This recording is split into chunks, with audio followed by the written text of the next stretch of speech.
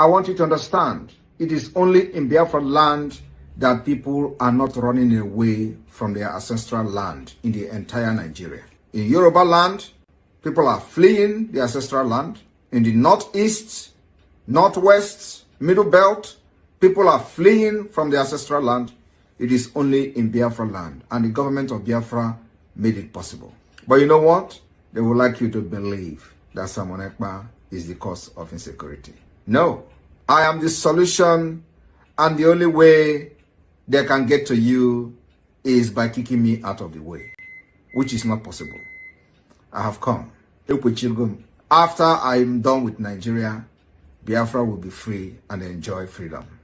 Biafra will know the importance of freedom and what I'm doing today in 5 years to come.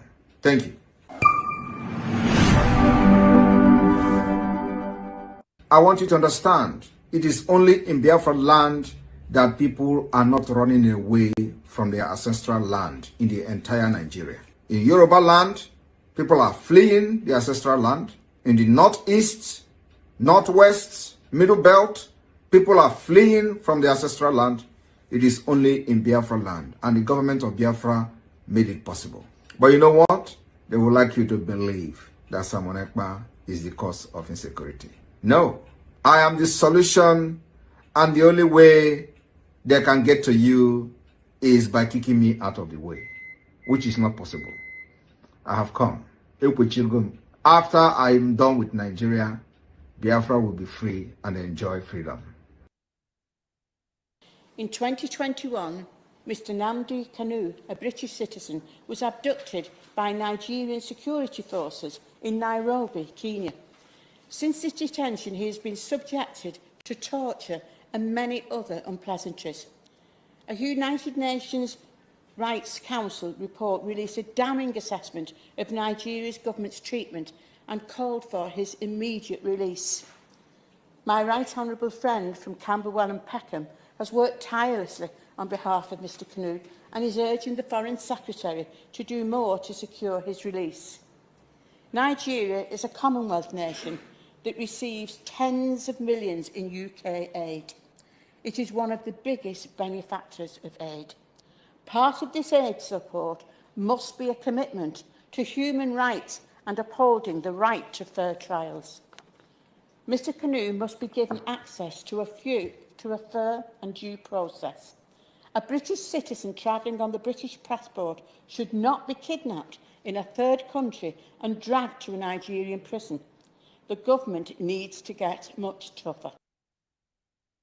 In 2021, Mr Nnamdi Kanu, a British citizen, was abducted by Nigerian security forces in Nairobi, Kenya. Since his detention, he has been subjected to torture and many other unpleasantries. A United Nations Rights Council report released a damning assessment of Nigeria's government's treatment and called for his immediate release. My right honourable friend from Camberwell and Peckham has worked tirelessly on behalf of Mr Kanu and is urging the Foreign Secretary to do more to secure his release. Nigeria is a Commonwealth nation that receives tens of millions in UK aid. It is one of the biggest benefactors of aid. Part of this aid support must be a commitment to human rights and upholding the right to fair trials. Mr Kanu must be given access to a fair and due process. A British citizen travelling on the British passport should not be kidnapped in a third country and dragged to a Nigerian prison. The government needs to get much... Did I commit any crime? Did I commit any crime? The answer is no. I committed no crime. I am fighting for the freedom of my people as contained in the constitution of the zoo called Nigeria. I did no wrong. That was why after 2 years they could not prove any case. Even till now, we are still in court, they cannot prove any case. And people talk as if they are so moronic that an animal is better than them. They say I insult them. I insult you because you can't reason properly. I did nothing wrong. Calling for the establishment, or should I say the restoration of Biafra, is within provisions of the Constitution of the Federal Republic of Nigeria. is very clear and straightforward. It's there. Go and check it yourself. And you're asking me to be happy instead of me to be upset that I was arrested. Did I commit any crime? Did I commit any crime? The answer is no. I committed no crime. I am fighting for the freedom of my people as contained in the constitution of the zoo called Nigeria. I did no wrong. That was why after 2 years they could not prove any case. Even till now, we are still in court, they cannot prove any case. And people talk as if they are so moronic that an animal is better than them. They say I insult them. I insult you because you can't reason properly. I did nothing wrong. Calling for the establishment, or should I say the restoration of Biafra, is within provisions of the Constitution of the Federal Republic of Nigeria. It is very clear and straightforward. It's there. Go and check it yourself. And you're asking me to be happy instead of me to be upset that I was arrested. Did I commit any crime? Did I commit any crime? The answer is no. I committed no crime. I am fighting for the freedom of my people as contained in the constitution of the zoo called Nigeria. I did. If the activities of Simon Ekpa, who is issuing the illegal sit-at-home order, is not checked, he may succeed in corrupting the minds of Nigerian youths and turning them against the government of Nigeria. Accordingly, the Senate resolved to condemn the sit-at-home in totality, as well as the nefarious activities of Simon Ekpa, who is the gang leader. Point of order, the leader of the Senate. Mr. President, the Senate is worried that if the activities of Simon Ekpa, who is issuing the illegal sit-at-home order, is not checked, he may succeed in corrupting the minds of Nigerian youths and turning them against the government of Nigeria. Accordingly, the Senate resolved to condemn the sit-at-home in totality, as well as the nefarious activities of Simon Ekpa, who is the gang leader. Point of order, the leader of the Senate. You propose that this situation, or this situation rather, should be handled. You know, we just understand that the military has declared 96 persons wanted in connection to terrorist activities in the country. Simon Ekpa has been included. But what would you make, or what are your thoughts generally on how it's been put out there, and what do you think should be a strategic approach to address some of the concerns you also highlighted? Now, look at this. Now, Simon Ekpa, to me, is not a terrorist. He is an agitator. Until we begin to put a difference between those who are agitating for something and those who are actually terrorists. Now, we know those that are terrorist group leaders in the country, and nothing positive has been done to quell the activities of those that are known to be terrorists, and so on and so forth. I don't see Simon Ekpa as a terrorist. I see him as an agitator. I see Nnamdi Kanu as an agitator, and several other ethnic groups that are agitating for one thing or the other, which, to me, the federal government should have sit back, have a roundtable talk, and discuss with these people to find out what are their grievances, why are they agitating, and what are they agitating for. These and more other ways could be adopted so that we'll be able to live in harmony as one nation. So, including Simon Ekpa in the list of those 96 or thereabout terrorists that have been listed by the government, I don't see that as I don't see him being a part of that terrorist group. He's an agitator. He is asking for something. The federal government should look into what is the reason why he is asking for what he is asking for. And when that is looked into, then it could be resolved. We could have a roundtable discussion, and all those issues will be resolved.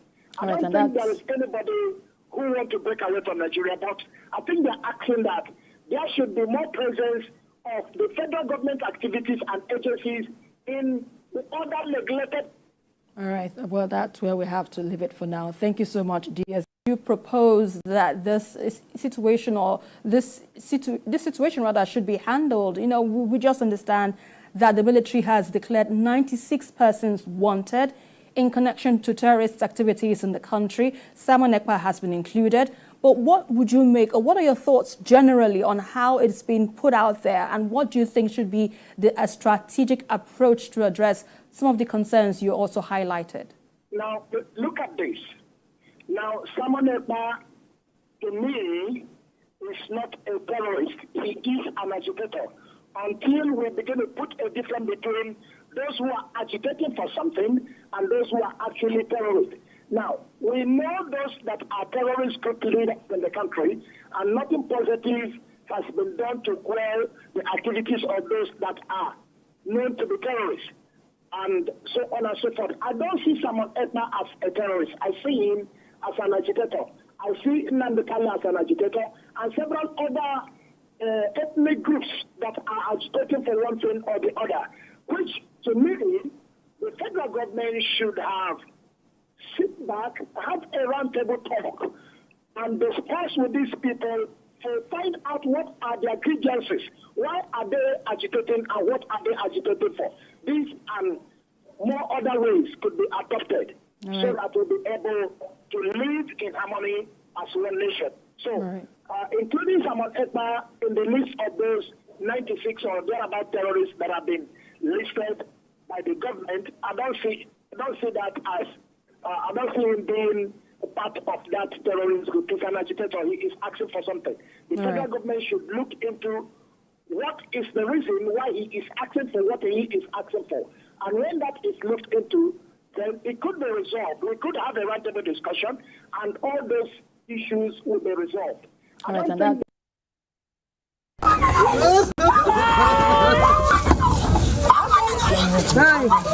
Community in distress.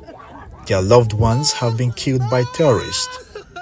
Human bodies litter the streets, some with deep machete cuts, and many burnt beyond recognition. It's not a pleasant sight to behold. The smell of burnt humans fills the air, and graves are being dug as the living bury their dead.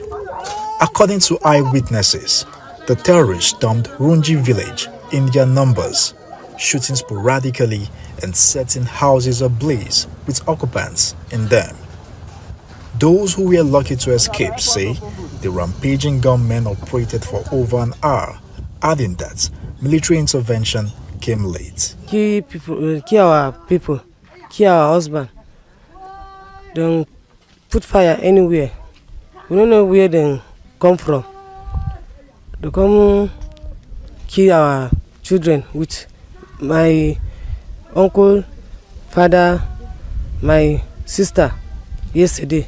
About 10:30 yesterday night, after a successful wedding of our illustrious son, the Fulani just occurred to the village and attacked us. And many souls were killed. About 30 corpses are laying down. Many are injured, are in the hospitals. And we are pleading on the solidarity of the government to come and rescue us. We knew what is happening in this land. We are living peacefully with these Fulanis. And now we became enemies to each other. We don't know what is the cost. And we are looking for the government to come. And one thing that disturbs us, we have military men around, but they can't help us. We want the government to withdraw all the checkpoints out of our Chablan. They are plenty, more than 200 people's attacks. Did they bring guns? What did they bring? They bring guns and shooting us and burn our house. Yes. What were they saying? Did you hear anything?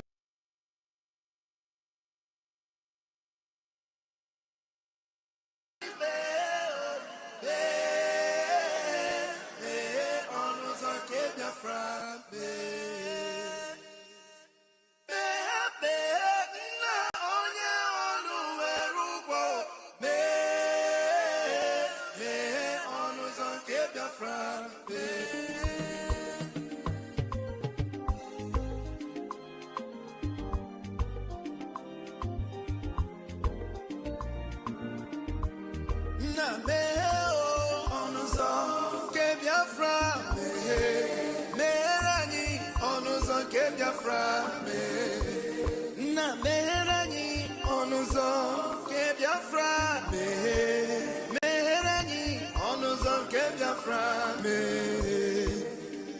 Tell me what we do, everybody want to kill us. They want to take what belongs to us. Try. We they love our neighbors, so we they love ourselves too. So it is written in the holy book. Try.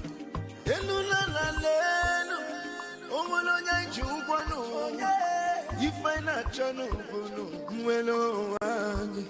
na meherani biko kodo onyolu welu mono aya na meherani no onyolu welu mono onyo chai chukwu kikele anyị na bogi bia nyela nyago. The time is now. We want to go. Remember your promises. Oh, na me oh, onuzo ke Biafra me. Meherani onuzo ke Biafra me. Na meherani onuzo ke Biafra me. Meherani onuzo ke Biafra me. Ndi romara anyị gburugburu anachi wepụndụ anyị n'ike. Shata. Oh, they are holding our lead. Mazinambika. Now is Prime Minister. Mazin Simonim. We shall rise and defend our land. The land of rising sun is our hope.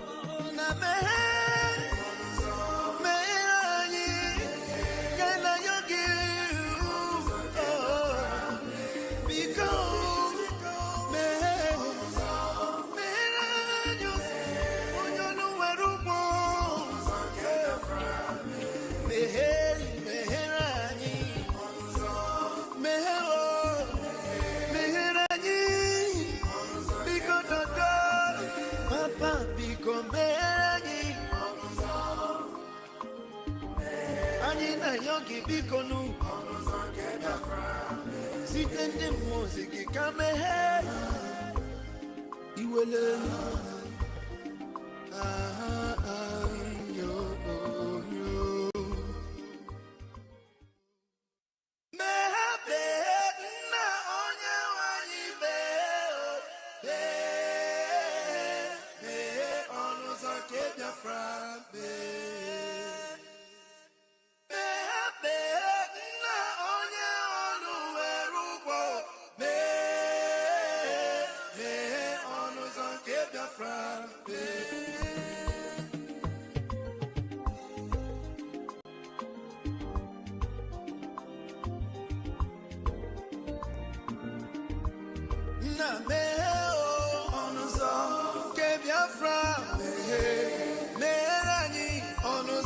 Biafra me. Na meherani onuzo ke Biafra me. Meherani onuzo ke Biafra me. Tell me what we do, everybody want to kill us. They want to take what belongs to us. Try. We they love our neighbors, so we they love ourselves too. So it is written in the holy book. Try.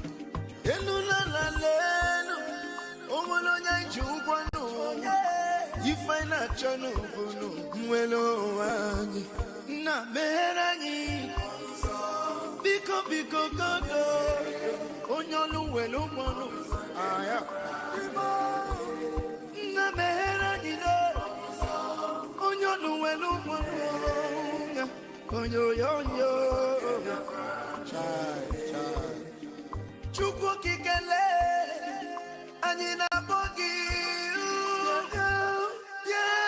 bia nyela nyago. The time is now. We want to go.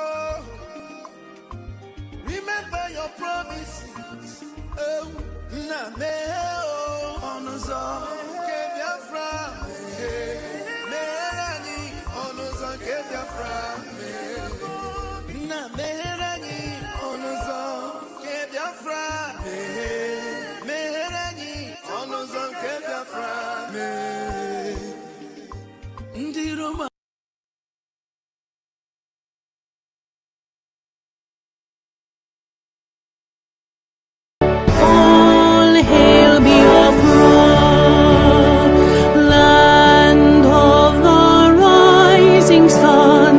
We love and cherish. We have vanquished our enemies. All hail Biafra. God bless Biafra.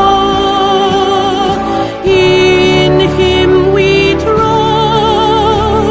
Shout it, sing it. All hail Biafra.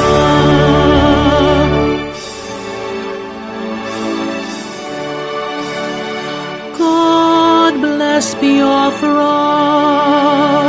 We have emerged triumphant from all our foes. Through the crucible unscathed, we passed victorious. Our trumpets pealing the glorious song. Play it, sing it, all hail Biafra.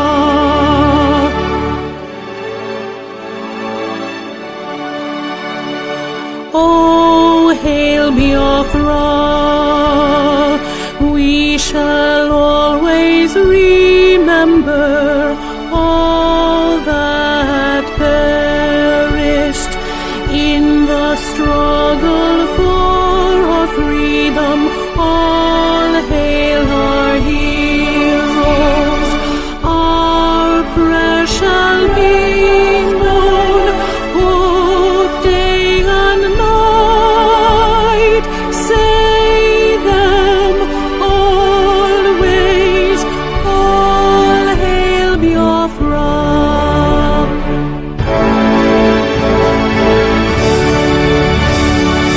All hail Biafra.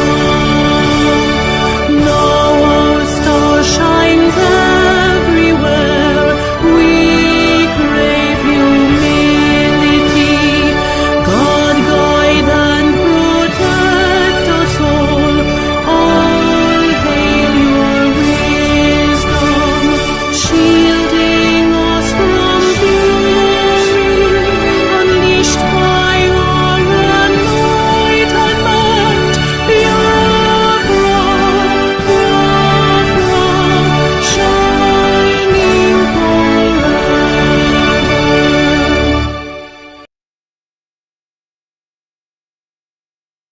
A minute silence to the fallen heroes of Biafra, and the time starts now.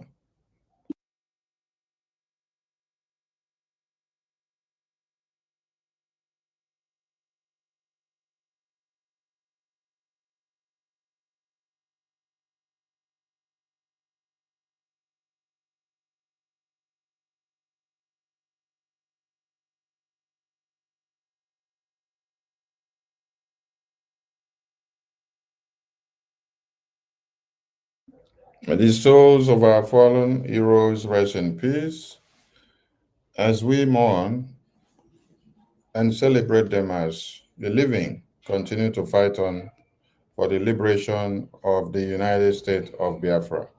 Ise, Ise, Ise.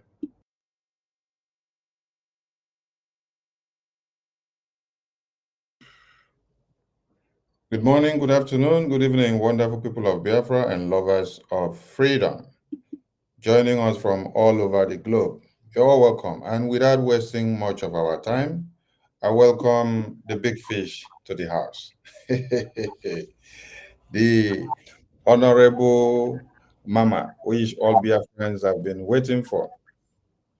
At the end of the program, some calls may be coming in and some questions may be also coming in from the studio and also from the phone lines. At this very point, Biafrans have been very, very hungry of hearing from you, Mama Ada Onuwu. You said you want to speak to the Biafran people, and you have a very important message to deliver. You're welcome on stage. I give you the mic. You speak to Biafrans at impulse, as that when you want me to interrupt, I will. Thank you, ma'am. You're welcome. All hail Biafra. All hail Biafra. All hail Biafra. All hail Biafra. All hail Biafra. All hail Biafra. I love all of you. From the bottom of my heart, coming from Southern California in the USA, I've come here to speak to my people. You are my people. I'll first of all start by telling you who Onuwu is. Onuwu will be 73 years old in November. Onuwu has been in this struggle over 13 years. I've worked closely with almost everyone. Mazin Nnamdi Kanu, he laid hands on me in California, prayed for me. I've worked with Obidio Bienu, Bridget Okafo, Madam Oyibo, late Dr. Okoro. I've broadcasted in Radio Biafra every Saturday till that radio station no longer being a place Onyendu told us we will go to worship. So I took myself out. In the course of these 13 years, there has been times I have taken myself out as led by the Spirit. And then when the appropriate time comes, the Lord will bring me back. It could be anywhere between 4 to 5 times. I will take a sabbatical like I did with the Radio Biafra. Radio Biafra. I was always broadcasting every Saturday with Dr. Ekpa, Monachimso. And then the Spirit ministered to me that these ones are no longer pursuing what we were there to do. I took a sabbatical, they couldn't believe it. And in no distant time, not even months, they went with Ninas, Tony Nadi, and they were trying to bring me in. I left. So also with in California, Obidio Bienu and Uche Mefo, well, used to go to the British building and there do a protest. I will carry my bullhorn. We will be talking to people about Biafra. And then when they betrayed, I left them. Even regarding my contributions, I won't begin to count it because I'm fighting for me. I won't come here to start telling you how much I've put in, the time, the energy, everything, what I did. So this, I don't know who comes from a humble family. We are the kingmakers. My grandfather, late Onuwu Namoibie, in 1912, he was one of the Warren chiefs that went to Lagos and they deceived them. My dad was only 8 years old, having been born in 1904. And when my great-grandfather saw what happened in Lagos, he came back and decided that his little boy, who is being groomed to be the Onuwu, should go to Ozala and live with the white people in order to learn their language and be educated, because he said his time was gone. So my dad was a Biafran from the time he was born till that 1914, when the amalgamation was done. My grandfather later died 29/9/29. So you're looking at, I don't know, I have a dominant political gene passed down by my father, my grandfather to my father and myself. My father was the one there in the northern region. He was with the NCNC, with Zeke, Emayo Opara, and so on. Then Opara and my dad will be telling Zeke, what is wrong with you? You're so much into this Hausa thing. Why are you into this one Nigeria thing? You know, you don't think about our people. And Opara and my dad will be trying to reset his brain. And they say probably because he was born in Zungeru, he doesn't get what they're saying. My dad tried to make sure that everything pertaining to Igbo, he lived in Jos then. After he went to school, went to St. Mark's Oka, taught, joined worked for different establishments, and then became a politician. Now he settled in Jos. In Jos, he started the Igbo Union Grammar School, Igbo Union College. Then all Igbos were one. We didn't even know. We did not know that we came from different towns. Not until after the war. That was when I realized, my classmates, we were all in Jos, that we came from different towns. When we met, he said, what are you doing here? I said, I came to fetch water. That was 1966, during the program. He said, I live there. I said, we live there. Funnily, you know, back there in the north, we were not told our different towns. I told them that they told me that I am from Nkpo. And he said, they say I am from Ogidi. And we both laughed. So these things has been going on.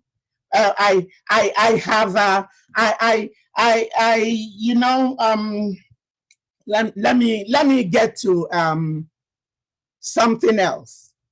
Having talked about me for a little, yeah, another thing, people will be wondering, I don't know, well, why now? I say, why not now?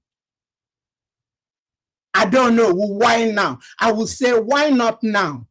Because we all have a spirit that guides us. I don't know who coming out here to address you people. Nobody pushed me to do it or told me to do it. I was in a 30-day fast for Biafra because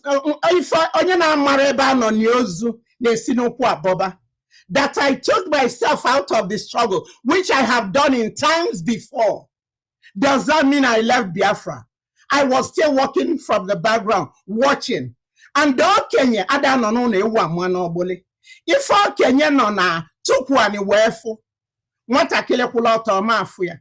So when things started happening, when I took myself out, I was still in the wings watching to know what's going on.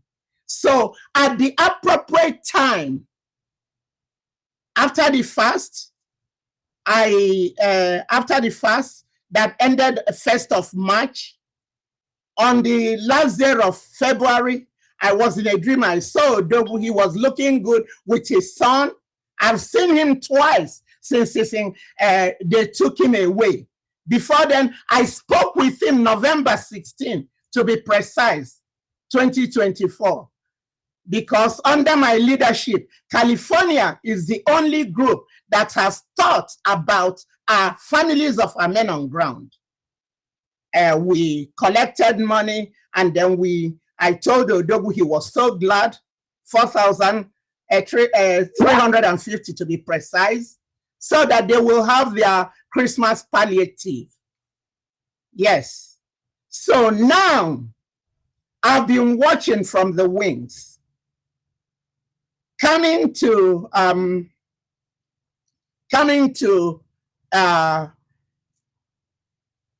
let me get to this first.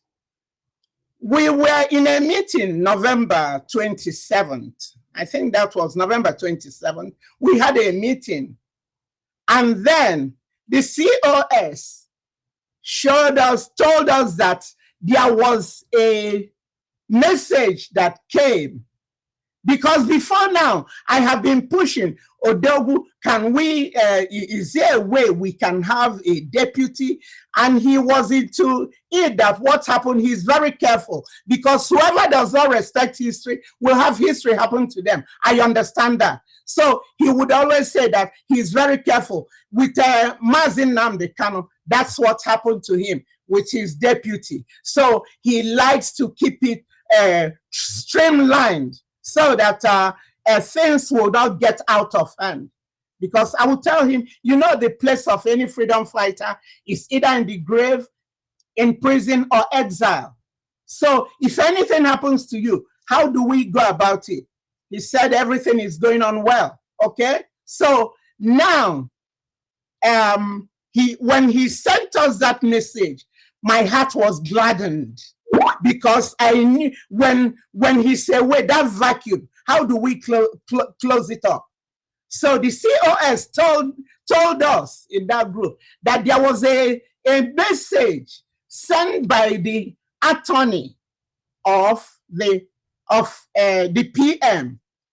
4 people were in that platform.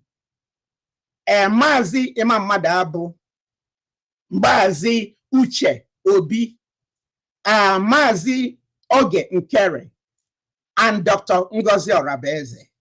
So now she read out this thing to us, that Odogu said she should be the surrogate. So I was happy, at least we solved that situation. So now we got that message to be the surrogate. And then the very next day, we were in another meeting, and Professor Choma came in. There was an uproar. As the adult in the home, I called the house to order. And then I told Dr. Rabeze, read out that thing you read. I believed that it came from Odogu. Why would I question it when there was no opposition to it? So read it, and then we agreed, okay, go ahead, and then you guys go do what you need to do about the referendum numbers and so on. And then I didn't go to Finland. I told Odogu in 2023 that that will be my last visit to Finland, because it's too cold for me. So let me just turn off my phone so I don't get disturbed.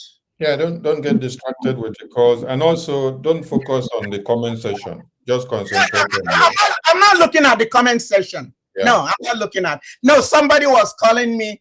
Probably they are having a hard time, so I've powered down my phone. So now, yeah, I now lost my train of thought a bit. So what was I talking about? I was talking about, okay, I told them, okay, you go ahead, you guys go continue with that. So they continued with that, and then we all left. And then we later, well, because it's over 10 hours difference from California to Finland, at times when I wake up in the middle of the night to go pee, that's when I joined them, maybe about after 3 hour time or 4. So I didn't fully see all what that transpired there. But I was in communication with Dr. Rabez even prior to them going. So now we sorted that out, and then there was the issue about dissolving the cabinet. I know I discussed with the COS. I said probably after you guys have come back, you dissolve it, but not while there. But what I realized, that the cabinet has been dissolved, and I called her. I said, what's going on? She said, I've already dissolved it. I said, but people are still they're still basking in the joy of the declaration, you know. So she said it's already done. So we stopped at that. And then I later learned she was still back in Finland. We were not communicating much anymore, you know, while she was there. Well, I spoke maybe a couple times to a sister Leone over there, who told me that she traveled that morning. That's how I knew when she left Finland. and that she herself will be leaving the next day. So this now continues. So after we came back, we had a meeting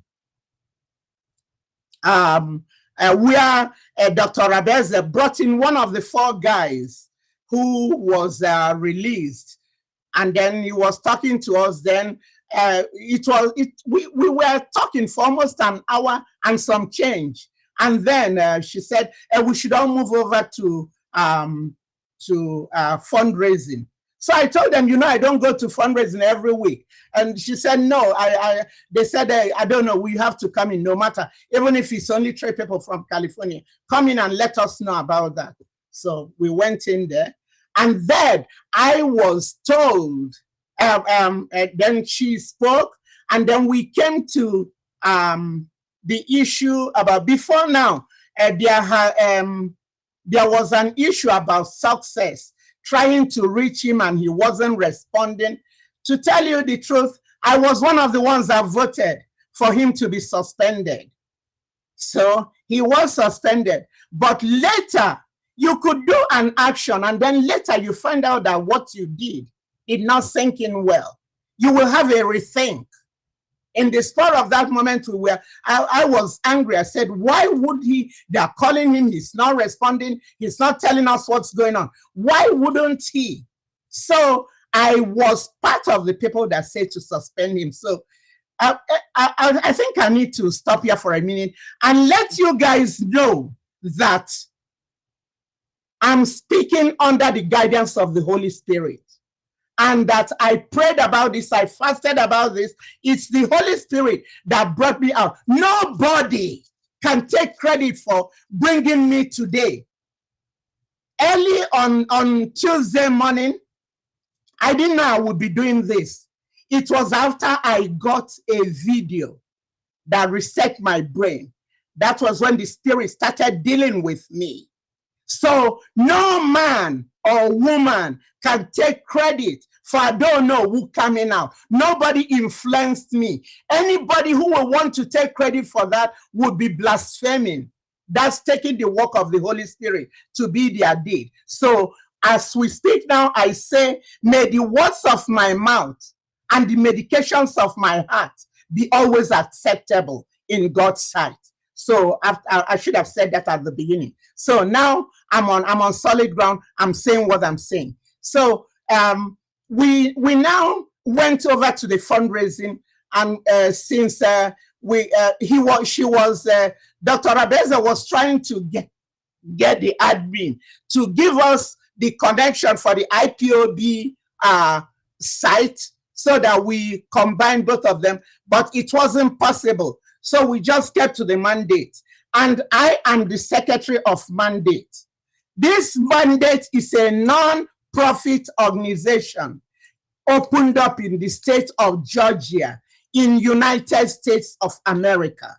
The purpose of this non-profit organization is to attend to people in war-torn zones and women and children, and Biafra qualified. So now we are running this mandate, and with this mandate, the PM will come every 2 weeks and give us updates about what's going on and tell us what's needed. So then we would do our fundraising and give him the money he wants. That's where we stop with that. So that was the mandate account I swore my life on, that I know that it is authentic. For people that mistook it, that I don't know who knows about the mandate in the North or the FCD Bank, no.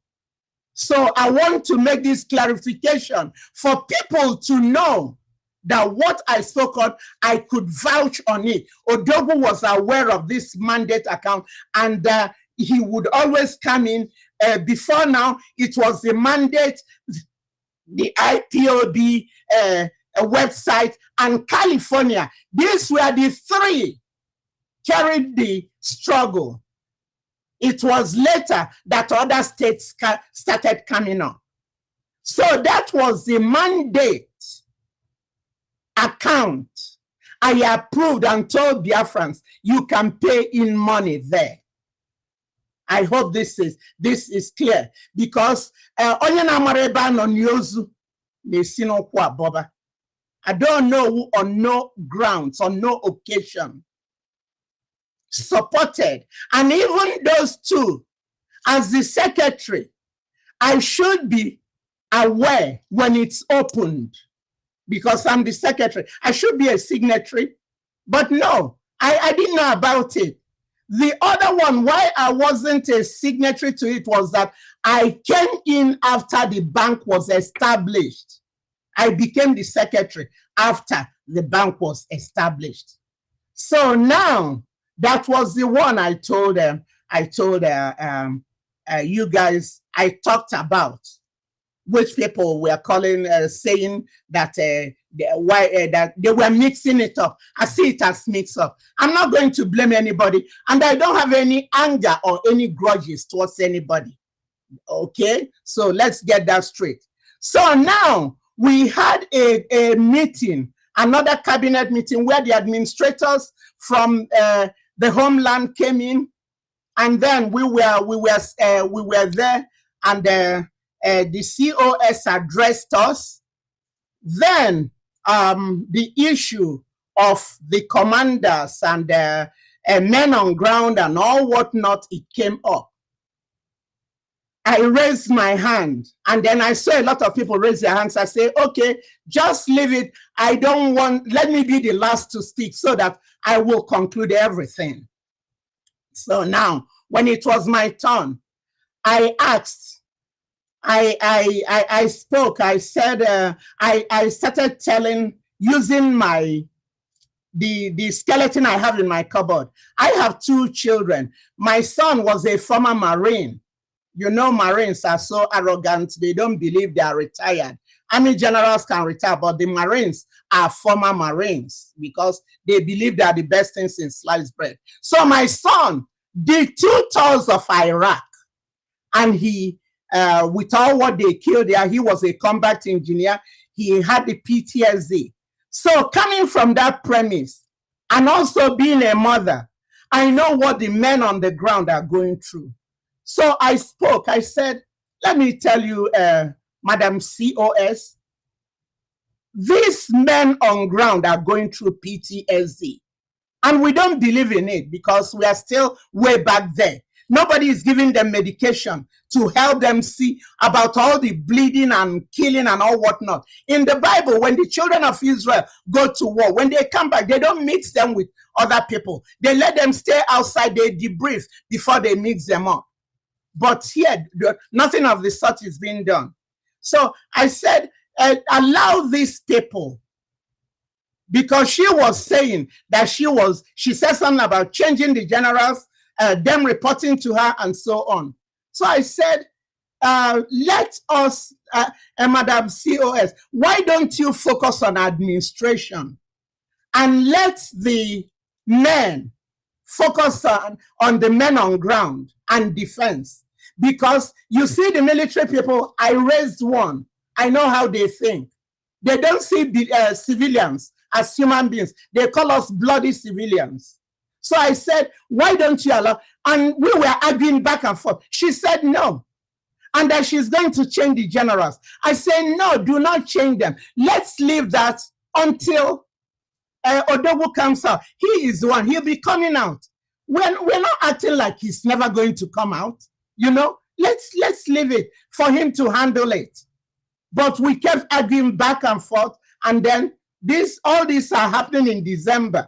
I can't tell you the exact dates at this time. So all these were happening in December. So now she did not oblige, and I have had times privately I will try to advise her that no, she doesn't want to take to heed to any advice. She says what she wants to do, that she will be overseeing everybody. I said, why don't you give them the instruction, the Onyami and Nkwocha, the defense minister, and tell them what they will tell the men. And when they meet with them, they'll bring you backward. He said, no, it must go through her. So we argued back and forth, back and forth. Eventually, I gave up. Then another one was when she had a virtual visit. I was already getting all tired with all I'm hearing, men being killed and so on. It distresses me. I can't handle it because I saw what happened in 1966. So when all these killings come, it triggers something in me. It reminds me, and then I'll start having panic attacks and so on.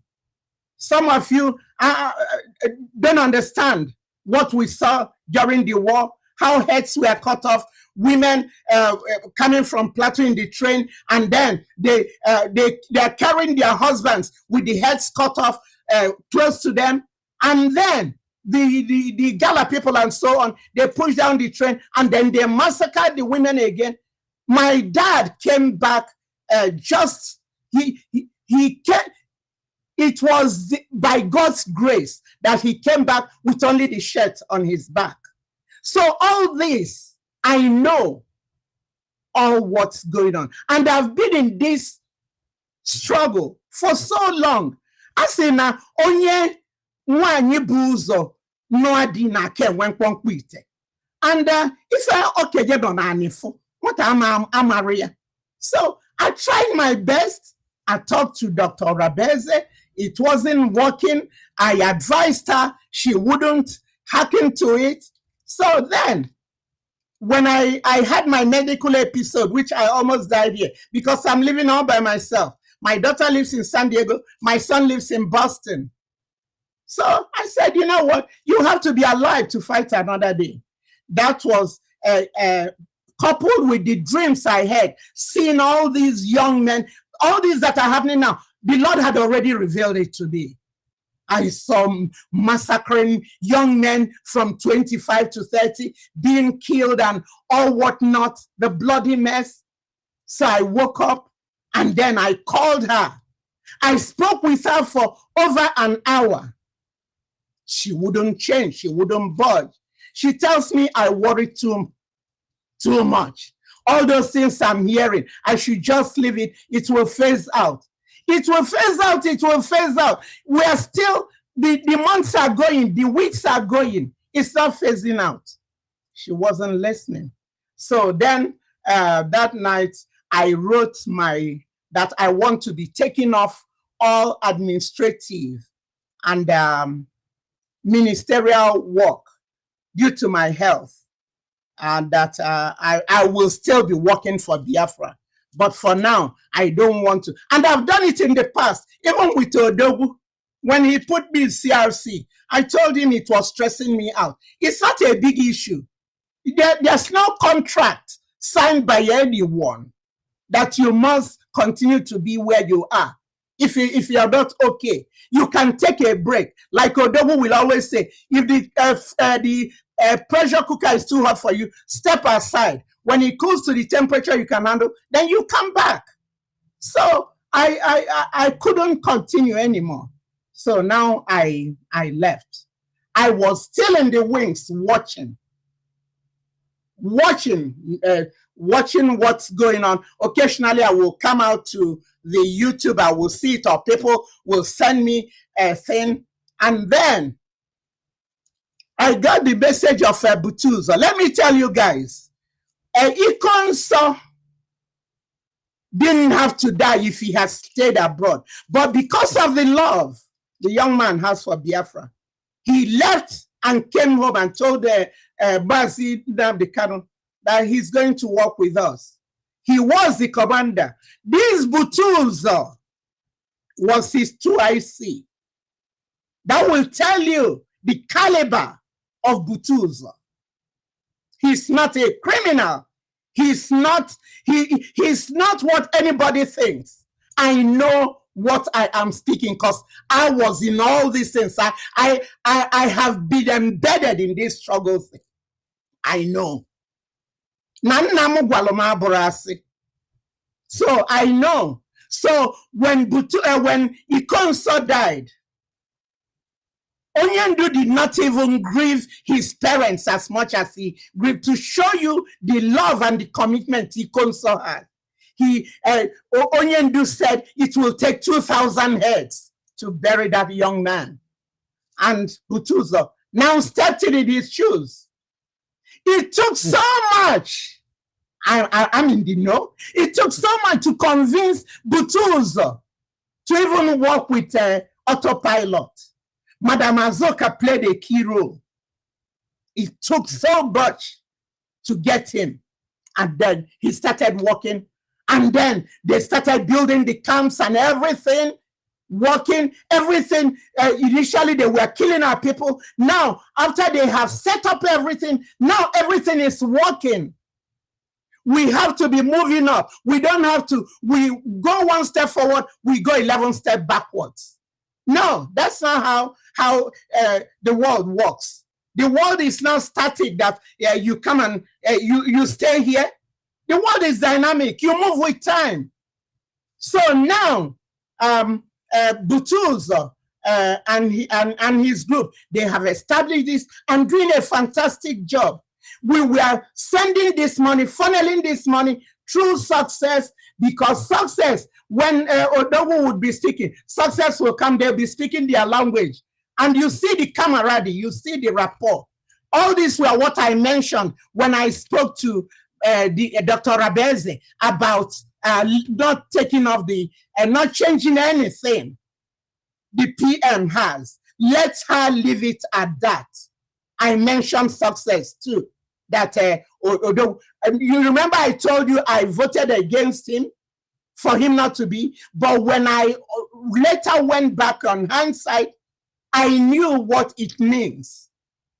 Yes, you can't come and start getting new contacts to start doing those things. These men will be exposed, and then the enemy will now know them. It's good to just, like Onuwu will always say, consistency is the key. So now, what's his name? Success was the one Onuwu preferred to be working through. So I hammered on this. After I spoke to Madam Sears, leave it alone. I even spoke with Onyami. I told him, you're a military man.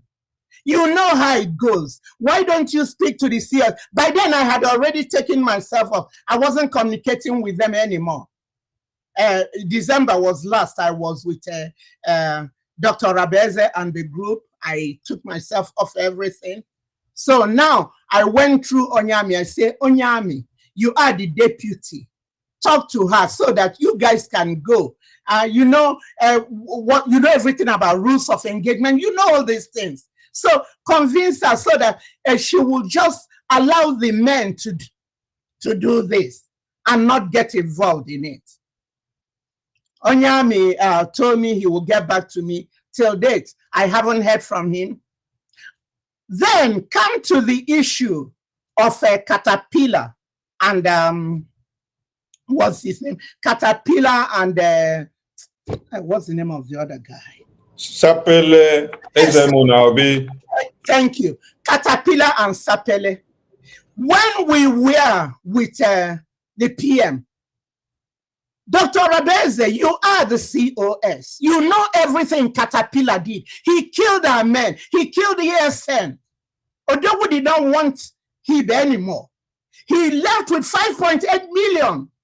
He absconded. That's the money to buy ammunition. And then Sapele killed our people, put them in container, did the havoc he did with them.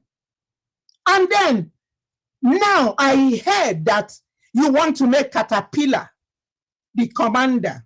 So I spoke to Dr. Former. I told him, you know, because I know Dr. Former is in the cabinet of Dr. Orabeze. So I said, I was going through him. I said, that tells you I was not there, but I was still there. Because as a mother, it breaks my heart. Our children being killed, we are under existential threat and we're not realizing it. Is it because we are in America? We are safe. We have 4 walls protecting us. We can go to party and leave and come back 1 a.m. Nobody stops us. We forget that these children back there are dying. They have not enjoyed anything. So I told Dr. Former, you are a highly contributing member. Talk to Dr. Rabeze. Do not use Caterpillar. He is a monster. He is a killer of our people. Dr. Former confirmed with me that he is a killer of our people. And I was expecting him to get back to me after he would have spoken. Till date, I never heard from Dr. Former again. So I wrote to him that my heart is broken. Still hearing what happened in Enugu, where these children were trying to defend their land. They were told reinforcement was coming, and they were fighting with the limited ammunition they have. If they knew support will not come, a good military person will start retreating. But these kids were fooled into that Caterpillar was bringing something to them, and he never showed up.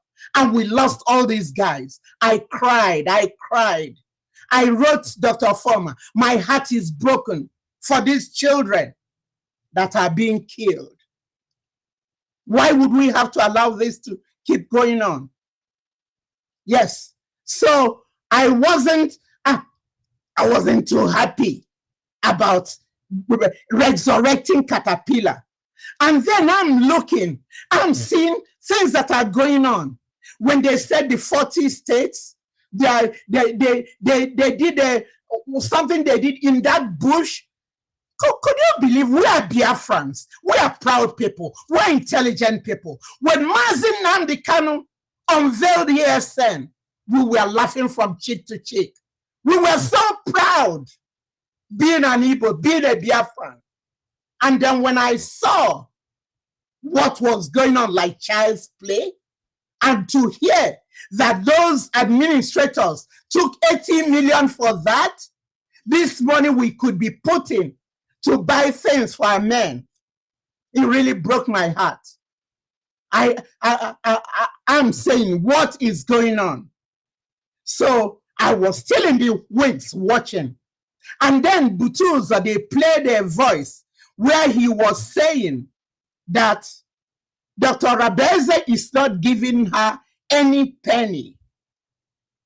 I said it can't be true, because when I spoke with Dr. Rabeze, she told me that, oh no, they're sending money to the men on ground. They talk with them, whatever their needs are, within 48 hours they've sent it. I believed her. So when I heard that from Butuza, I'm now trying to know what is going on. Am I in a daze? What's going on? She spoke with confidence that she's in it. This other person spoke with confidence that they are not getting it. Still, I sat back watching. Not until last Tuesday, somebody sent me 3 videos. Sent me 3 videos that General Agento Yahoo, the 2IC of Triple General Butuza, Igwe Butuza. I watched it. I could not handle it. My spirit was so troubled. Mano. Yes. I want you to take some water and rekindle your energy, because you have a good time with Biafrans, and later on some questions may be coming in. So take a deep breath. I know it's disheartening, but you have to spew it out the way it is. The spirit is leading. Have you had some water? Yeah, I did. Yeah. Okay, go ahead. One thing Biafrans will know, it's not I don't know who's speaking. It's something within me that is the appointed time to speak. When it's not the appointed time, that was the first question I asked you guys. Why now? Why not now? You don't go before it is time. Because when you do that, you will not succeed. God allowed me. At times, God could be talking to us. We are not getting it, and then he would set up scenarios that will enable you see what he's trying to do. It's like having wisdom. The Bible tells us when you have wisdom, ask God to give you understanding. Let me give you guys an example. A medical doctor who spent 8 to 10 years to have his license knows that smoking is not healthy for him. It kills. It makes you have cancer and so on. And he's educating his patients. But that doctor is a chain smoker. So that doctor has wisdom, but not understanding. So mine, at a time I had wisdom, I lacked the understanding. So the events of that video brought my understanding and reset my brain and brought me back through the Holy Spirit. So now, when I watch that video, General Gentler Yahoo was saying that they're not getting a fading, a naira or whatever from Dr. Rabeze. I said, no, this can't be. And then the Spirit reminded me, the Bible says, in the mouth of 2 or more witnesses, the truth is established. So now I came to terms. Butuza has said it. I was still doubting it. Now, General Gentle came with it. So now, my question is, we are contributing all this money before they took Onuwu, and all this money that Biafrans are contributing. My question is to Dr. Rabeze, who are you giving that money?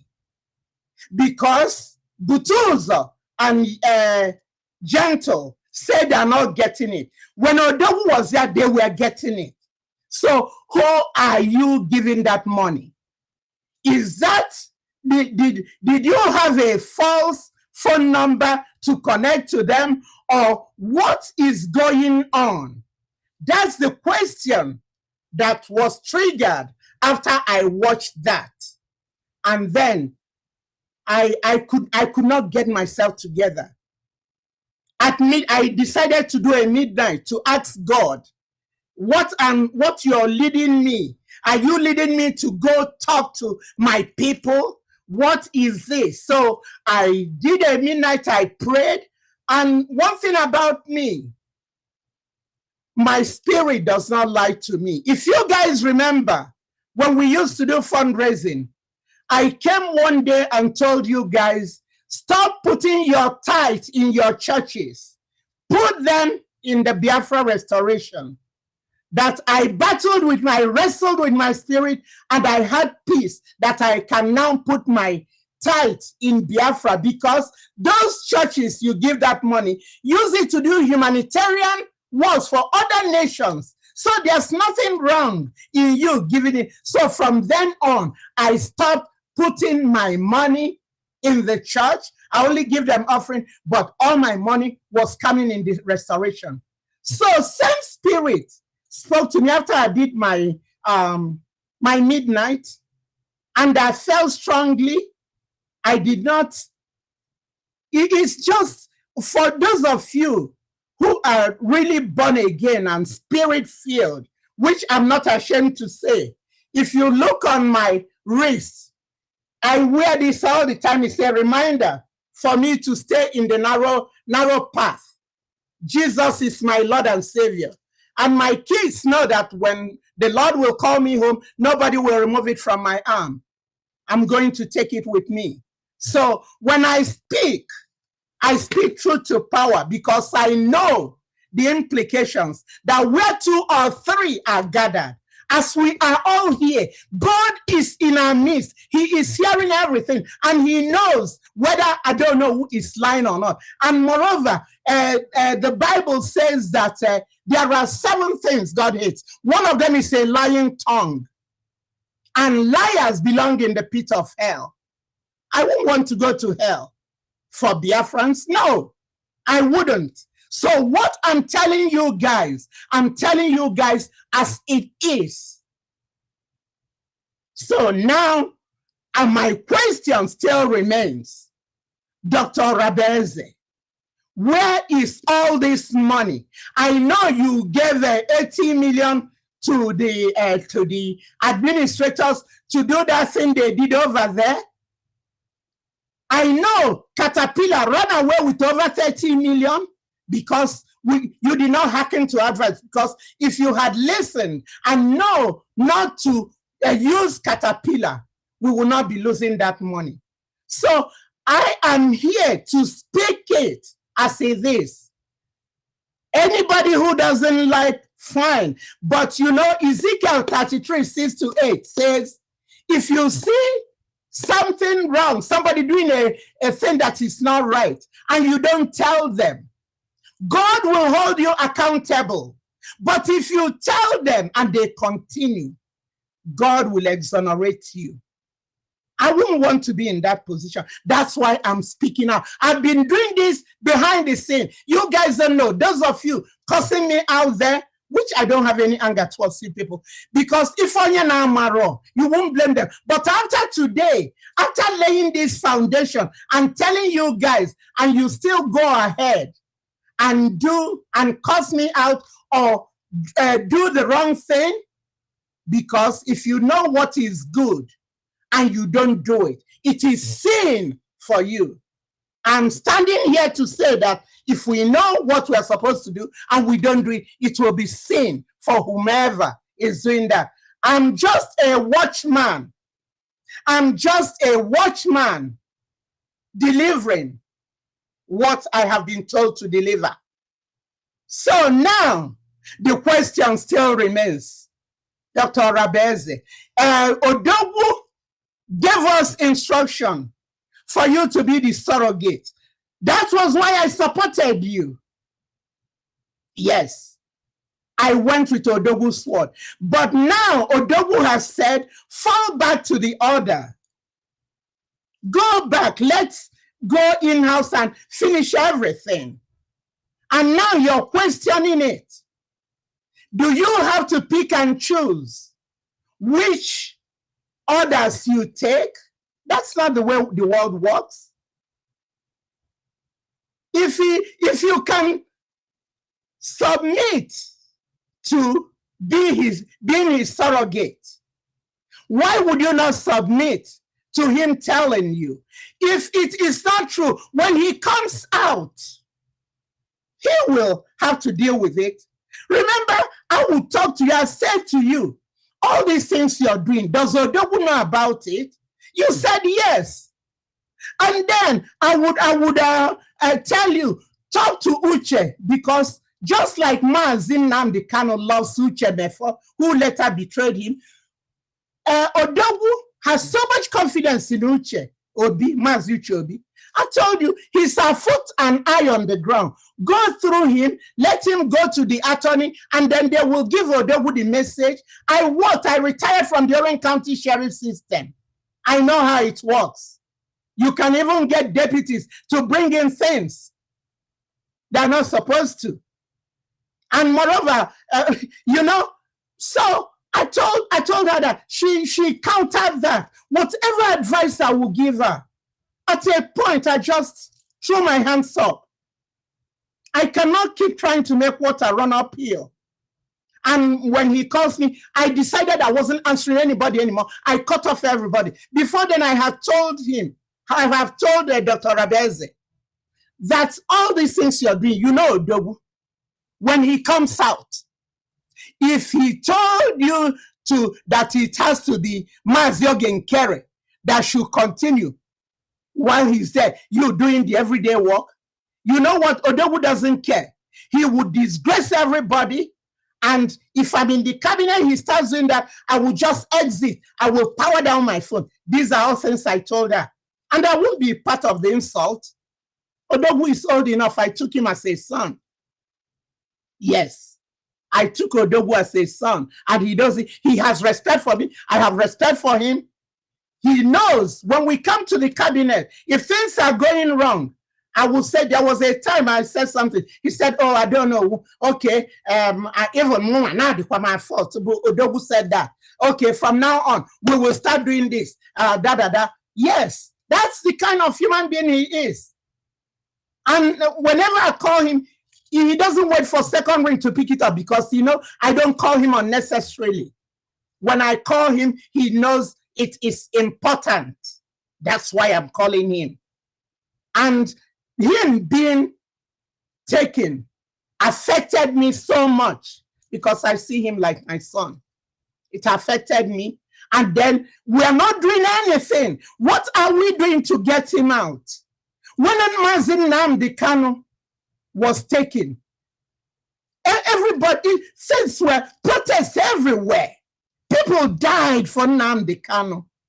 But I see with this Odogu, it's like we are just not taking it serious at all.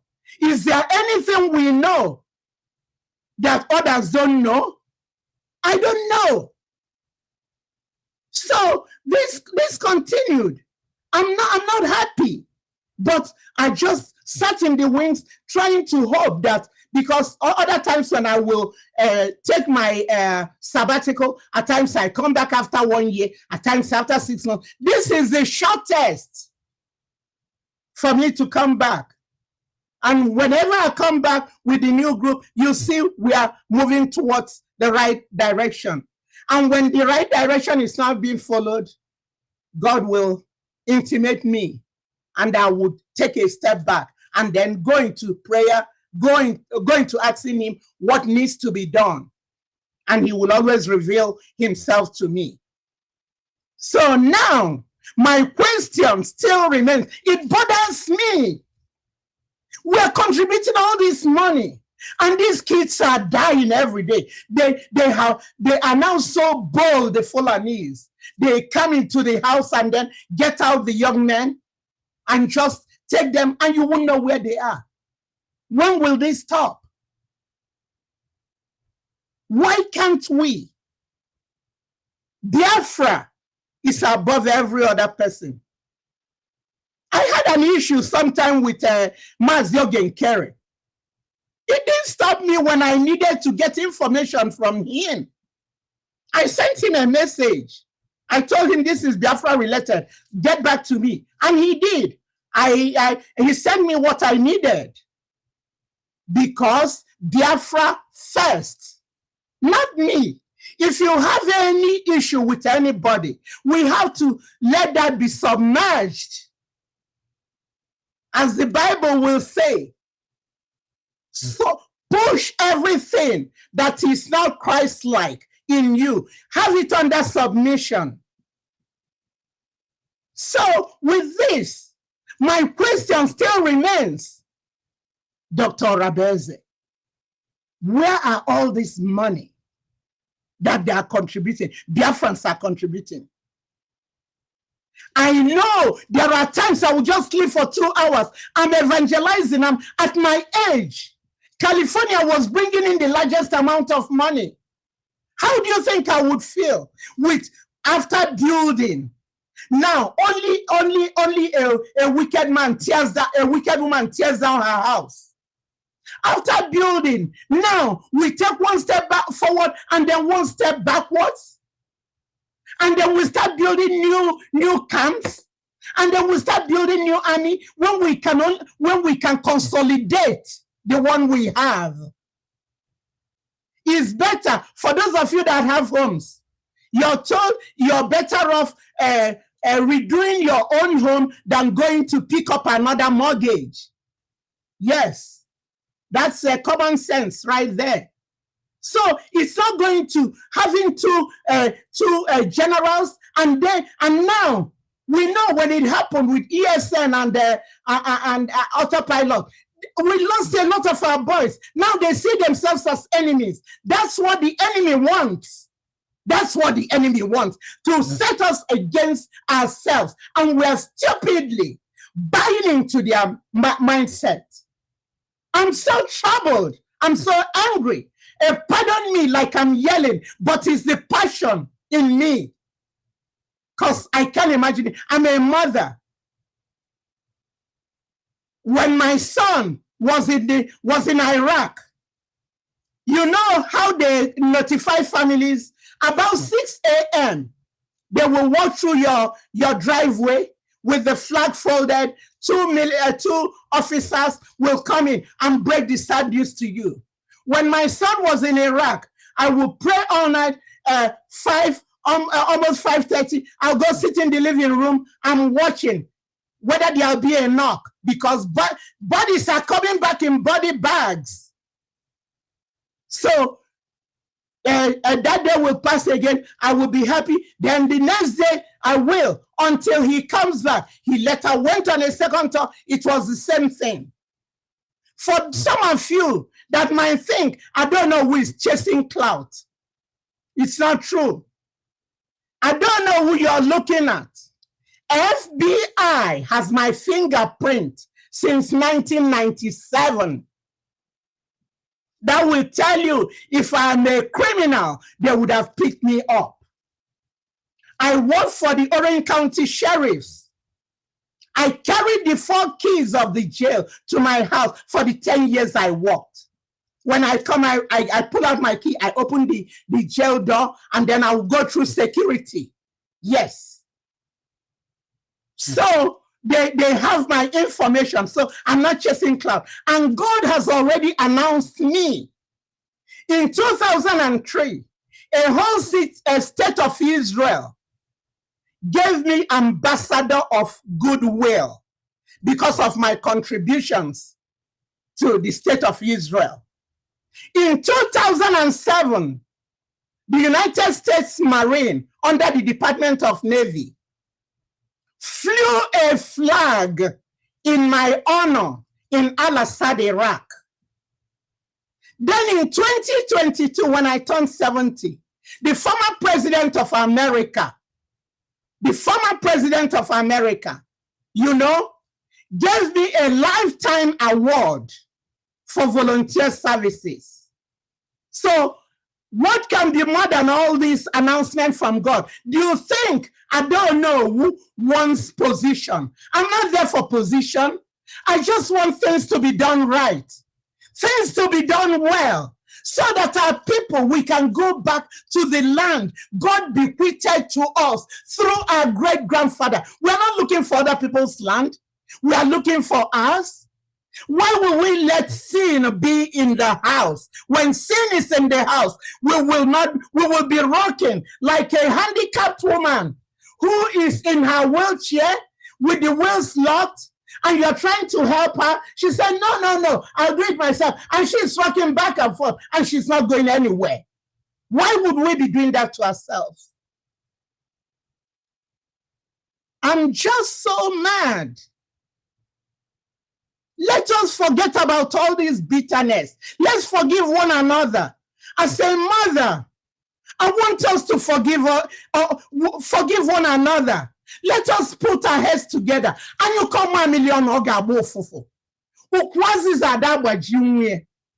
But when we depend on this, that's what the British brought, the Fulanis brought it since 1804. And that thing, they've been passing it down. Fulani less than 1%. They are dealing with Nigerians, over 200 million people that are very stupid. Excuse my language. Very, very, oh no. How can they? These are nomads that God hated them so much, never gave them a land, told them to be wanderers. They came out of Futajalon, where the vultures rest. These are people an authentic Igbo woman will be responding to. Give me a break. Give me a break. We don't know who we are. The world knows who we are. That's why they're trying to get rid of us. So, name Dr. Abeze. I won't tell you lies. I like your mama. Oh, them. Onya kanji wepu onwem. Imesi obosi asim mangabia kangwa military oku. Kekan gesi bia gwa military oku. When I told you to focus on administration and let the men focus on defense and men on ground. Whether we like it or not, it's a man's world. Whether we like it or not, until Jesus comes, it's a man's world. Look at what's going on in Nigeria. Things that shouldn't be going on. Because look at Ekpa and Natasha. Look at you and May Dochie. It's a man's world. And then when we understand it, God has given women so much wisdom. So we'll use our wisdom. The woman is like the neck. The man is the head. You can rotate the man wherever you want to, but you have to apply wisdom and tact. Oh, Wutekam. Coming out today, on your one Tuesday morning when I woke up, that I will be here. No, people have been calling me, I don't know, go say something, go say something. No, I don't speak when man wants me to speak. I can only listen to God. When it's that appropriate time, I will speak. And I know that God is in heaven, like he said. We are on earth. He's monitoring every word we are speaking. And he knows the human heart, which is desperately wicked. That's why somebody could be doing evil and be lying under their tongue, telling you, and you're believing them. You don't know that what they're telling you is not true.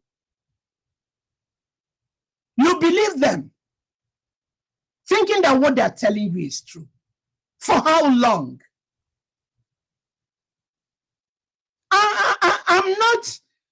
I have worked, I'm 2 years short of 40 years being in the United States of America. I own my own home. I get, because the way it's organized in this country is very good, I get my pension and my social security. They'll keep paying me till I die. Every year they increase it. They say cost of living raise. They're giving it to me. And then for my joy, I have an organic garden, which I grow stuff and then go sell it in the market. So it's not like if I don't do this Biafra thing, I will not be able. No, I'm a Biafran American. I'm a citizen in good stand. No officer, if you stop me and say, officer, can I help you? Yes. Because when you don't get it to all these criminalities, there's nothing to worry about in this God-given country. Though they have their evil ways, though. But when you keep your nose clean, you will do your transactions, you do your business. So I'm not doing this to be appreciated by anyone. To be told, I don't know, you did a good thing. Don't thank me. You have to thank the God who sent me to come and do this. The only thing I will gladly accept is the obedience, the compliance in order to come and give it. Because even up till this morning, some people were calling me, I don't know, we don't want you insulted. I don't know, do you think you really want to do this? Don't, excuse me? Lives are at stake. And I'm being selfish to think how much they will insult me. They can go ahead and insult me for all they care. Once I tell the truth, I have peace with God and peace of God. I don't think I look bad for a 72-plus-year-old woman. It's the grace of God on my life. Yes, all my garden, I do it myself. So now, Dr. Rabeze, Biko Kene, I'm begging you. Meifo Doguku. We use when on there, we love him, we do everything, we never violate him for Bunogwanime. Why would you be doing the contrary thing now? What is in your mind? Is there anything you're not telling us which we need to know? Why wouldn't you follow simple instructions? If follow cause a below surrogate, then Obiazia Sigigi fall our back. And they send the information to Finland because can one now send the Deben down in a biko is delaying his coming out because each time they send it, that's the Nigerian way. They send that they will be reviewing it. Obukafaka conclude as a care review godunka. Let's take 6 hours do this. Let's take 12 hours do this. Biko stop sending. They've gotten enough information that would exonerate him. And he will be coming out soon. I know he will be. My spirit is strong. I pray for him and Mazin Nnamdi Kanu every day. Mazin Nnamdi Kanu, the mom uses Psalm 70. Watakilia laid hand on Onuwu, prayed for me. It breaks my heart when I think about where he is. Okay, we were the ones that were on the platform. We had what's up because our people are so filthy liars. Those IPOB Chinas and them. Oh my goodness, what they did then, only God. The hottest part of the hell is awaiting all those monsters. Onyendu will tell them, send money for them to have transmitters. And then they will use only one transmitter, moving it around. We collected money, we contributed 200 and something, and some people left and we were taxed again, we contributed 100 and something. It was those transmitters he was taking. Now 215 were arrested because of Ndeban. They arrested him. Yes. Onyendu me o onye mesinyendu ya. Why can't we think about him? Why can't we think about him and know that whatever we are doing that does not augur well, that there will come a day we will face God's judgment. And to tell you truth, it will be a difficult thing to fall into the hand of the living God because he's a consuming fire. Bikonu, Ngozi, Dr. Rabeze, COS, Biko, have a rethink. Can you make any fact? Biafrans, Biko, I'm telling all of you, since Butuzo and Gentle say now only Mazin Kere, my main concern with these men on ground, I'm imploring you guys, why let's start putting money in Biafran government. Then we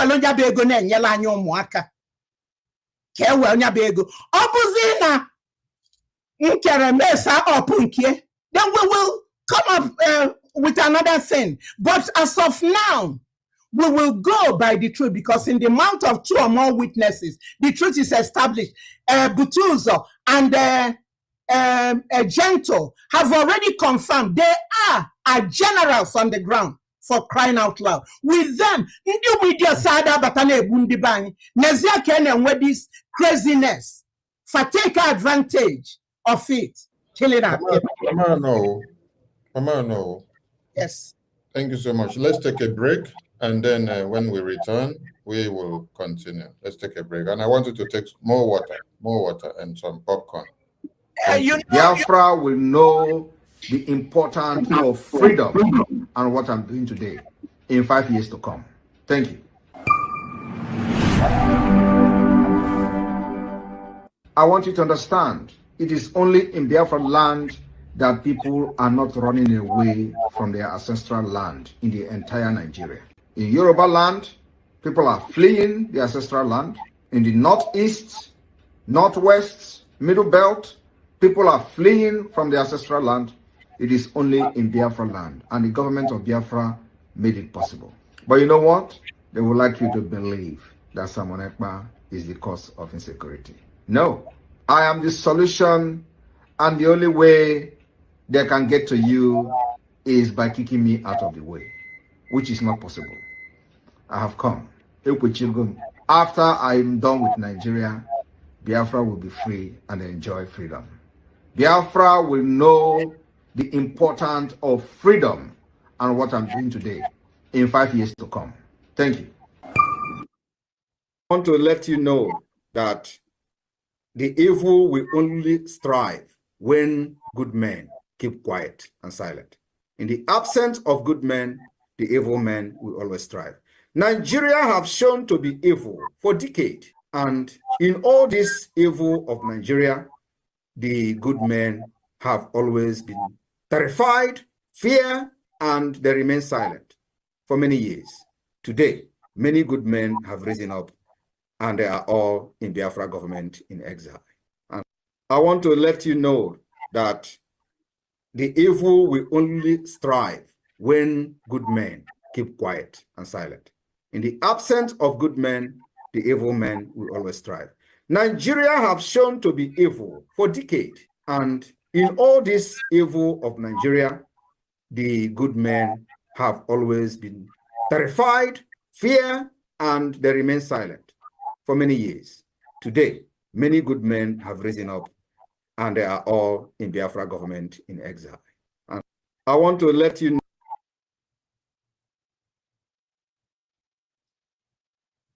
Welcome back, everyone. Welcome back. Today we have in the show, and here speaking to the Biafran people, the lovely Mama of Biafra. I call her Mama Onuwu, and she calls herself Ada Onuwu, but I call her Mama Onuwu. And she's looking so pretty today. Forget the fact that she has spoken this far, and then there are some sweat on her face, but it's part of the drill. It's part of the drill. And Biafrans are so happy to have her in the studio. Mama Onuwu, you've spoken extensively, and I allowed you to go far and far so that you pour out everything. Yes, so that your mind will be free. That is the spirit. Yeah, that's the spirit. So that at the end of the day, Biafrans will not say, I did not allow Mama Onuwu to speak her mind. So Mama Onuwu spoke extensively to clear the air, and every Biafran listening have been able to hear Mama Onuwu speak. She even took us memory lane, letting us to understand about our connectivity with Onyendu and Commander Ikonso, and the transition of Commander Butuzo, who is now the Chief of Defense Staff, the General. And now we have other commanders working under the Chief of Defense Staff, Commander Butuzo. And a lot of Biafrans have been asking many questions. And Mama Onuwu have actually answered many questions in her opening speech. It's like when Prime Minister interviewed Onyendu, and then Prime Minister laid the foundation before giving the floor to Onyendu to speak. Onyendu said, Simon, you have already taken almost what I want to say. I don't know where to start again. So, Mama Onuwu has spoken extensively and she has covered a lot. But let me see if I can crack some things out of our backyard now. So, Mama Onuwu, welcome to the show. Thank you.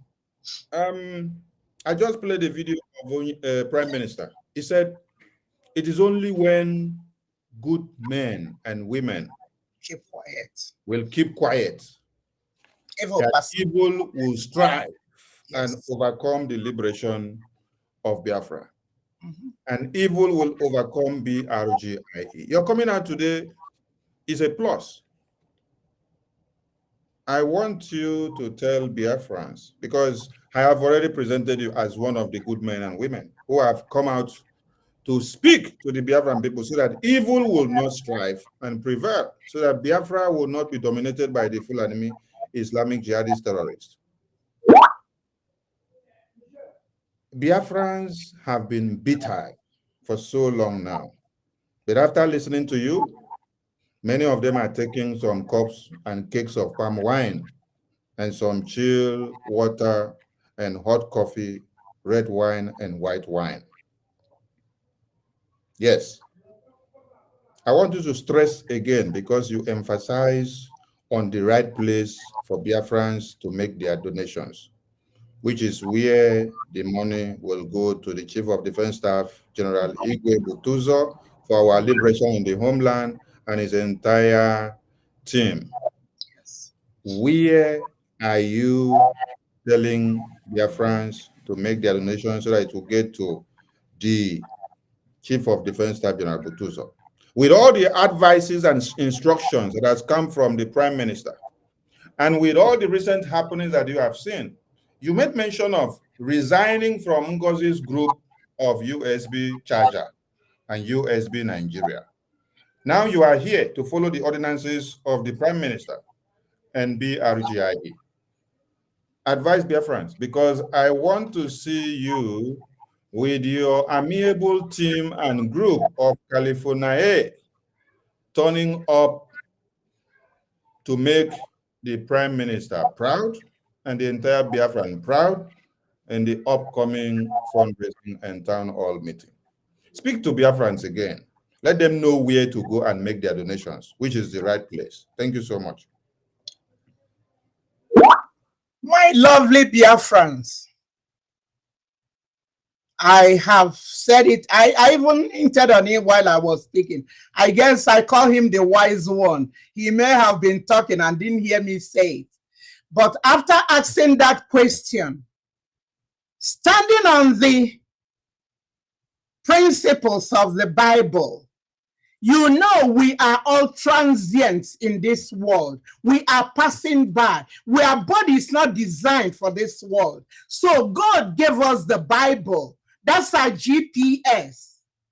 If you have any issues, you haven't found your solution in the Bible, then you look again. That moment of understanding, as I told you guys, came after I watched those 3 videos. That the money we are all contributing, let's give her the benefit of doubt. She gave it to the wrong guys. But tata bubo obidota deba mo deba lubo. So I'm telling our people, just like I told you guys, sitting here gonna mandate, put the money in the mandate because I can vouch for it. I'm telling you guys now to put your money in the Biafran government. And I didn't even talk to them, but the Spirit is leading me to say this. I will be part of the finance team to make sure that the money is being properly utilized, whether they want it or not. I will want to be part of that team. So on that basis, Californians can vouch for me and know under my leadership, the monies they collected, if I ever stole any money. No. The Igbos in Southern California, associations will always want I don't know who to be the treasurer, because they will tell you if I don't know who is there, that money will not be lost. I'm sure some Southern Californians are listening to this. I'm not telling lies. They have respect for my integrity. I don't have much, but my treasures in heaven. I don't look at the one now bronkem. So Biafrans, I'm urging you guys, basing on the fact that Butuzo, Triple General Butuzo, and second and his deputy, General Gentle, said it's only Mazi, the money comes from Biafran government under Mazin Kere. I would like you guys to put your money there so that we will meet the needs of these children. We need to buy sticks and granuts. We need to feed them. Those of them that are wounded, they need to go to the hospital. The ones that their homes are bought, or even the ones we relocate, we were doing all these things. I know about it. And it's coming from that money. So I'm advising you guys, go over to the Biafran government. Saturday is fundraising. I will meet you guys over there. I will be there because I don't monkey around. When I say something, I say it with conviction. I will be there, and I can guarantee you guys that whatever money that is put there will be properly accounted for. I'm saying this with my full chest. I'm telling you this. Go and put your money there. But I am Malukwana, Dr. Rabeze, moment of understanding. I don't know who's in one moment of understanding. All this saga, mother, stop it. Dikonu. Onion and sema like Irunu. Una rapia una akbon is namado. I'm telling you guys today, from the bottom of my heart, all of you that insulted me, I have forgiven all of you. All you need to go to your God and ask for forgiveness. Because the Bible says, have respect for elderly women. Yes. So I'm imploring you guys, go over to Biafran government. Some of you were calling me, we are confused. We don't know where to put our money. I told you, I don't really know. Go in your prayer closet. Ask God to give you understanding. But now, mine has come. My brain has been reset with what I saw. Go backing it up with the word of God that says, in the mouth of 2 or more witnesses, the truth is established. So I have today established the truth, and I'm passing it on to you guys. Go, let's get going. Time waits for no one. Any time lost, you can never regain it. Let's go and do what we know how to do and show the Nigerian government that they cannot divide us. Bikonu.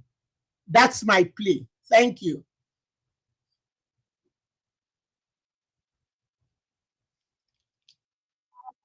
Thank you, Mama Onuwu. Thank you so much. Thank you so much.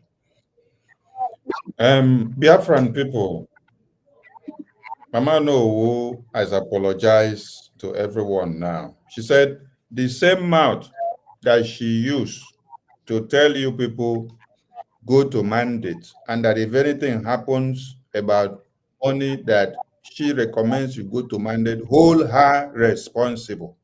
Now she's telling you with that same mouth,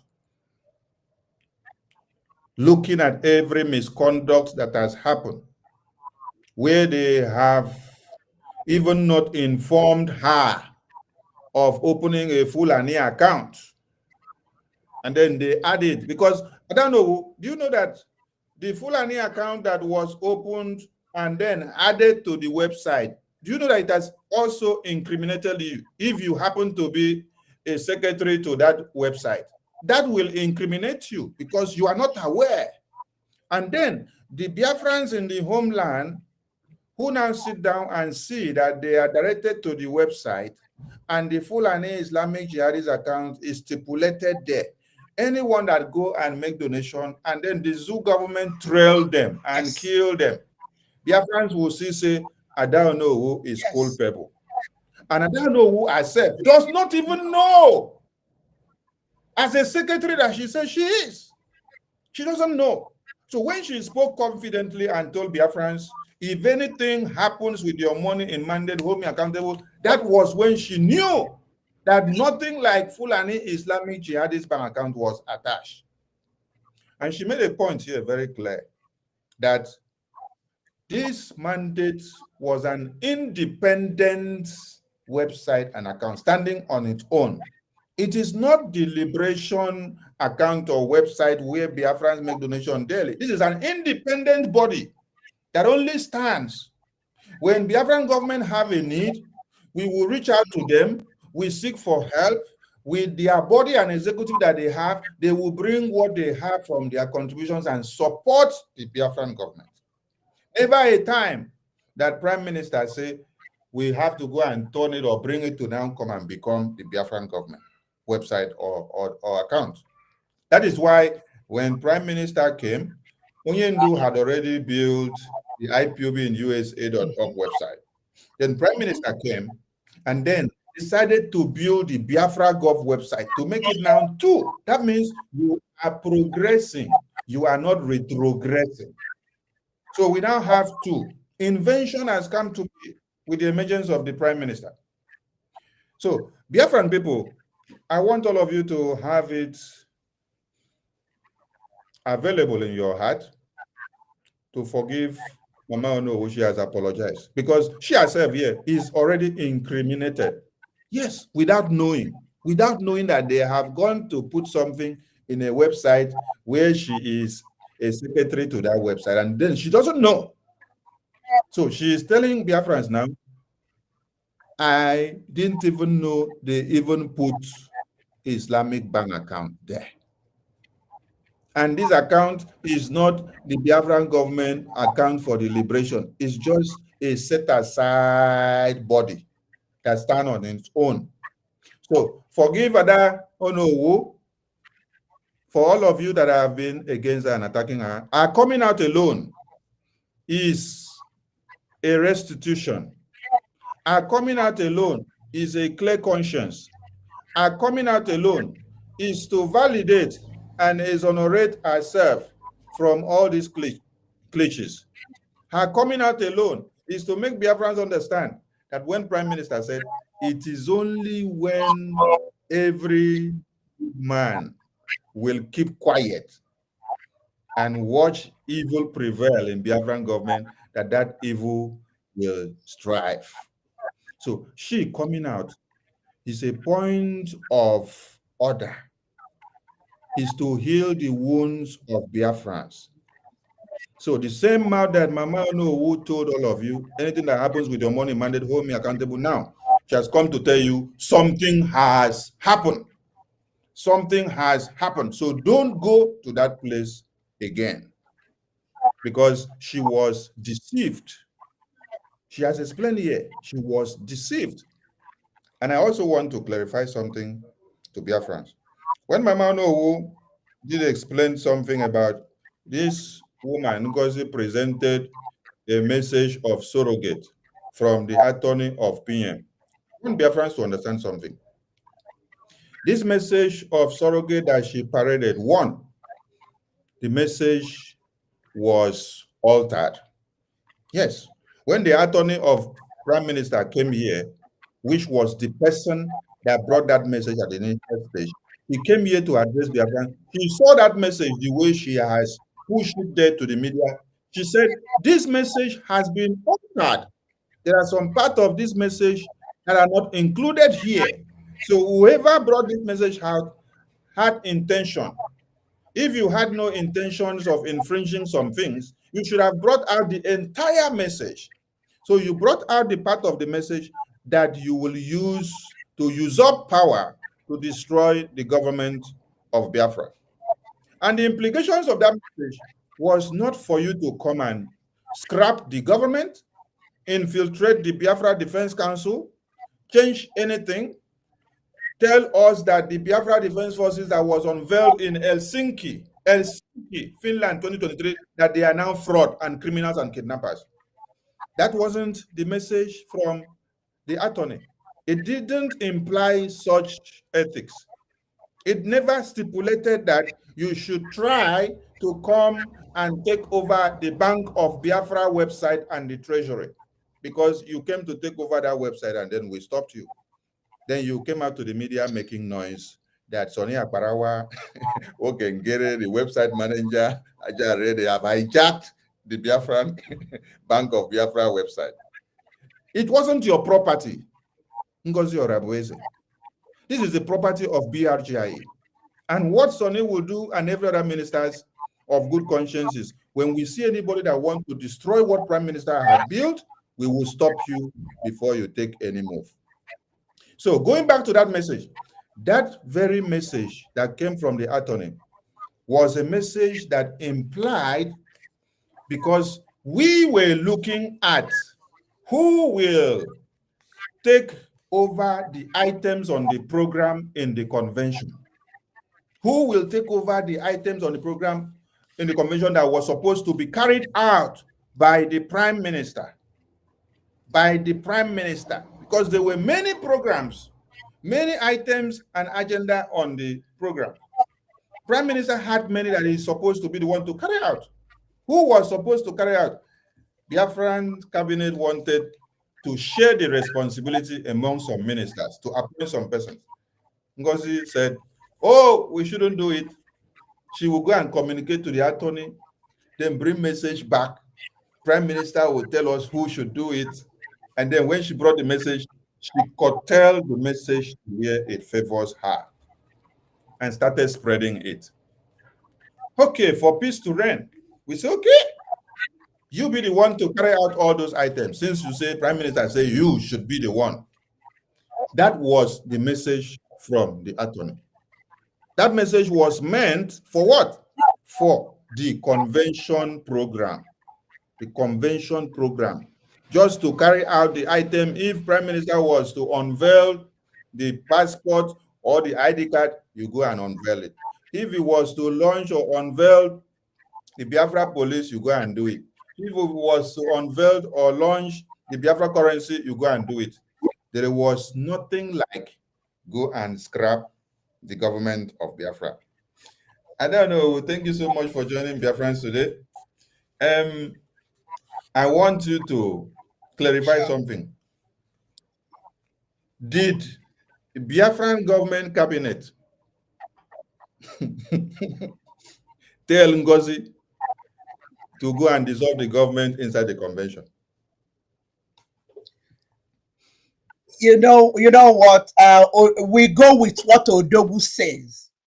Odogu, I know, said that at a certain time that thing will be dissolved after the declaration, but there was not a definite time. I know when I spoke with her, I told her you have to wait, probably after Sunday or something, you know, because she was saying she wants to do it in Finland. I said, please do not do it in Finland. Let them get home, you know. So Odogu said that at a point. Then I've been, you know, you don't remember everything. There are extracts that are coming out where Odogu said, after we have established and America has recognized us and thank you, man. That thank also. You, man. So I heard it from his voice. You remember, let me just correct one thing. You guys, when I made my voice note, you said it was AI. That's why I decided now to have my picture in the flyer. I gave all the instructions, okay? I told Wise One, I want my picture there, and the current picture, I want to look so that they will know. And then we will have it in a video from the setting, which we are doing today. So you guys see me drinking water. I'm not a robot. I'm not AI. Whatever I'm saying is what God has put in my mouth to say.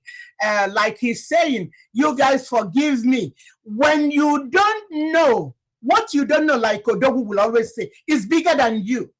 When I did those things, it was not evil, okay? It was not evil. I was working with what I have. That's what I worked with. Odogu said, let COS be my surrogate. On the basis of that was how I calmed down the cabinet and Professor Choma and so on. I know she wasn't happy with me at that time, but after I have explained everything, she now understands. That was why I didn't want Iman Onuwu. Then it's going crazy. All this madness has to stop. Everybody shut up. And everybody, we all kept quiet. And then I told the COS, if I did not behave like the adult and walked away, that would have continued. Probably Finland would not have happened. God used me at that instance. So it wasn't a sin for me at that time. But when you later find out and you don't correct yourself, that's when it becomes a sin. I was watching, and now I'm beginning to see things that are convincing me, praying about it, having a peace of mind, and so on. I have no other choice than to. No man or woman or conceived in a petri dish made me do this. I did it all on my own. There were Ogen Kero, when I wrote him, it was almost midnight. I was so disturbed. I wrote him, I want to have a meeting with you. Then in the morning, he wrote back, I was still sleeping. Okay, call me when you wake up. Then I called him, and then we discussed, I told him what I wanted to do. He's not the one that told me to do this. So whatever blame for these revelations I have brought, I'm responsible. I take 100% responsibility for it. Thank you, Mama. Just Thank you, Mama. clear that. Mama. So you guys don't think I'm not a push around. I may be 72 going 73, but I'm alert, oriented, ×3. I am. Thank you, Mama No. Please, I want you to ignore the people that said your voice was AI. You know why? Because those were the over 5,000 recruits of IPOB Nigeria and Obedient, who are now workers of Ngozi Orabueze. So anything the Biafran Republic government in exile are doing, they will discredit it. Even the voice of the attorney of Prime Minister, when she brought message from Prime Minister, they also said it's AI. So if they said your voice was also AI, it's not peculiar. It's what they have dealt with. It is only what Ngozi tells them that is not AI. Anything any other person tells them is AI, and that is how their madam will tell them, and then they will take it. So Biafran people, Mama Onuwu continues again to tell Biafrans she is sorry because she was misled based on the information that was given to her before. Now she has come to understand they were careless in those information. Mama Onuwu, you advise this woman, Ngozi Orabueze, not to dabble into the defense of Biafran people. And then she refused. She said she wanted to be in charge. And then this in charge that she wanted to be degenerated into an idea of going to form our own group of army. And this landed into the recruitment of Ibubagu, Caterpillar, and Sapele, and also the misuse of funds of over 80 million naira for the 40th state of Biafra propaganda marching that she did. And we have it on record that Caterpillar went away with over 50 million naira. Hey, this is quite disheartening. This is a huge amount of ego that should have been used in logistics in our liberation in the homeland. How do you describe somebody that is so power-mongered? Because there is a premeditated idea before this time. Because if not so, PM is inside, just within few days, you are already assembling a council to overturn all the ethics of the Biafran government. How do you describe this kind of act? Because we want to curtail this kind of thing so that it doesn't come to be again. Advise Biafran so that they be on the lookout. You guys know, just like I said, I've been in this 13 years plus in this struggle. So I know quite a lot. Yes. When during Onyendu's, Uchemefo and Obidi, they planned what they planned and, betrayed him. Some of them were acted in ignorance. And some that acted in ignorance, there's that shame they can't come out. But I'm advising you guys today, as your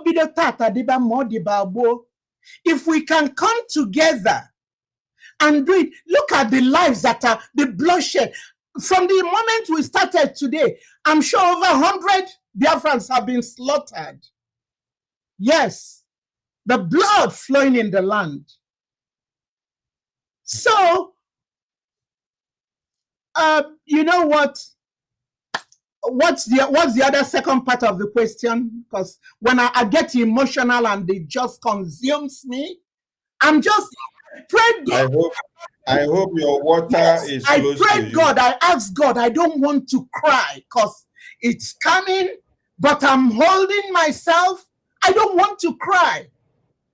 The emotion, when I think about these children that are being killed every day, why can't we forget about ourselves? That what you did is wrong. Forget about it. The important thing, but let us say, even if it's one life we saved. Thank you, ma'am. Thank you, ma'am. Calm yourself down, please. Take some water to cool your temper. I want you to take this other question. The Biafran government approved the Biafra Convention payment and donations to go specifically to new mandate. Every payment that we did, right from 2023 Helsinki Convention, every payment of the convention was directed to new mandate. Because the Biafran government, I'm not using Prime Minister's name now. I don't want us to be using Prime Minister did this, Prime Minister did this, because he is in detention. Yeah, so we need to find a way of exonerating his name in every clarifications that we are doing. So Biafran government approved that every payment that has to do with the convention goes to a specific and different account so that we don't mix it up with the liberation donation. Okay. Helsinki Convention, we channeled every payment to new mandate. Now, in Lati Convention, every payment we channeled to new mandate. Every logistics that people paid for, channeled to new mandate. Even our ID card payment for those that got their ID card printed and issued in the convention, channeled to new mandate. Some of the palliative that we did, everything. That is why Prime Minister even posted out the new mandate and say, this is the account for the palliative. Everybody go there, put the money there. That is where we use it to do that side. Now, before the convention, we were informed that we need to clear up the bills. Meeting was set up. Ngozi put a memo and said nobody should attend that meeting of the financial situation of Finland Convention for us to offset the bills. If you attend that convention, you are out of our government. And those loyalists of her, they all did not attend the convention. This meeting took place for like 4 or 5 times.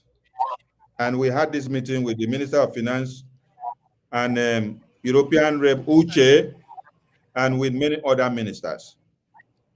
Now, the money that was all donated for this convention that was situated in the new mandate account with the ID card money and every other thing, everything went to new mandate.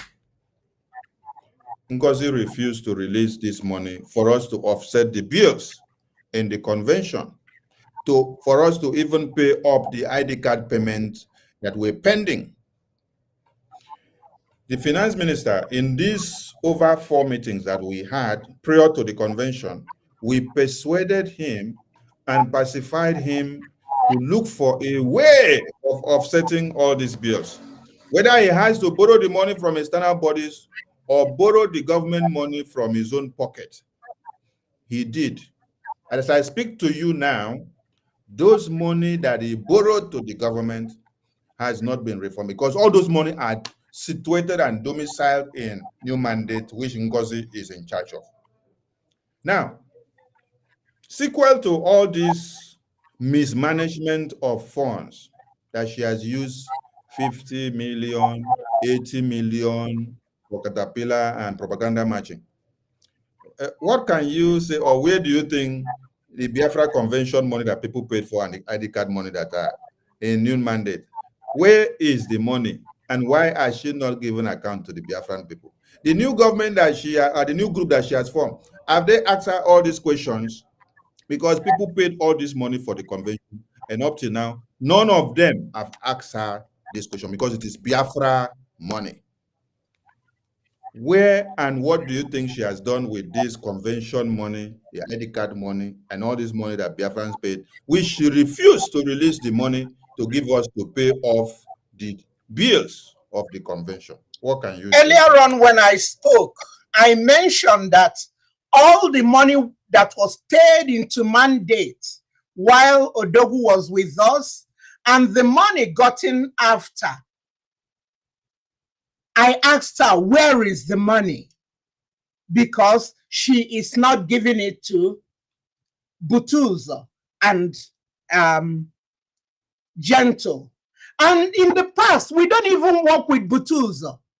Butuzo does not know. It's Success that is the one that's giving the money that is isolated. And the men on ground don't want to deal with anybody because they are afraid of their identity being exposed. So they are better off with this Success who they work with. So that was why I asked her, because all the money were going into the mandate account. I later heard something about humanitarian. We never did that humanitarian when I was there. We have this mandate, which we it needs Biafra. It needs Biafra agenda. So we have to, in order to do the IRS thing, because Uncle Sam in America will deal with you. As a non-profit, you have to file your taxes. So we will have to decide, maybe give the Boys and Girls Club 300, give these people, so that when we file our taxes, this will show. And we had the goal for the mandate, New Dimension Mandate Inc., that was established in the state of Georgia before I joined, and then I later became the secretary. When you go to their website, you will see my picture there. Yes, my picture is there. So all this money, let's not do the kind of thing Nayanya did. Because if we look at it, it's the same MO. Who did this to us? Who did this to us? Nayanya sees Biafran money then. Nayanya, you were working for the Nigerian embassy. You were working for Biafra. I don't know how you confused Onyendu, because Onyendu has so much respect for women. We would argue, we would talk. Nena, he said, Jilupano Nenayanya Solom. Leave Nenayanya alone. Nenayanya sees the money. Madam Oyibo did the same thing. Because she came in, got the brothers, they donated some money. Onyendu looked and said, well, this person will not want to stay money. Okay, let's keep you covered, be dealing with the money. She took her money, she absconded. Madam Bridget did the same thing. Come on. Eunice Omonyi did the same thing under the Lausanne. She said it's over her dead body that she will release that money. I don't want this history to continue because for the sake of Biafrans now, release money. Kai wego sticks and granite. Can you mwaka ago na ago? Can you mwaka their parents have died? Now, America, when you lose your parent in the place of war, you're giving certain amount to help you upkeep. But there, in that zoo, they don't care. All those people, they die. They die for nothing. Let's be exemplary because we need that money. Release that money so that these are men on ground that have been battle tested. They are battle tested. I know what they did for us. They did not allow these people. They land over there, they get rid of them. Botus and Gentle. He had that central command. Why decentralize them? Why bring in people who are not battle tested? Why? It will only amount in bloodshed. Biko, I'm not getting anything from all this I'm doing. I'm very comfortable. I'm comfortable. It's just that I miss my home. My dad will always say, there's an age somebody will get to. They don't sleep in another man's house. That means being in exile. I've been in exile now for 38 years. My dad came back home at 60 something.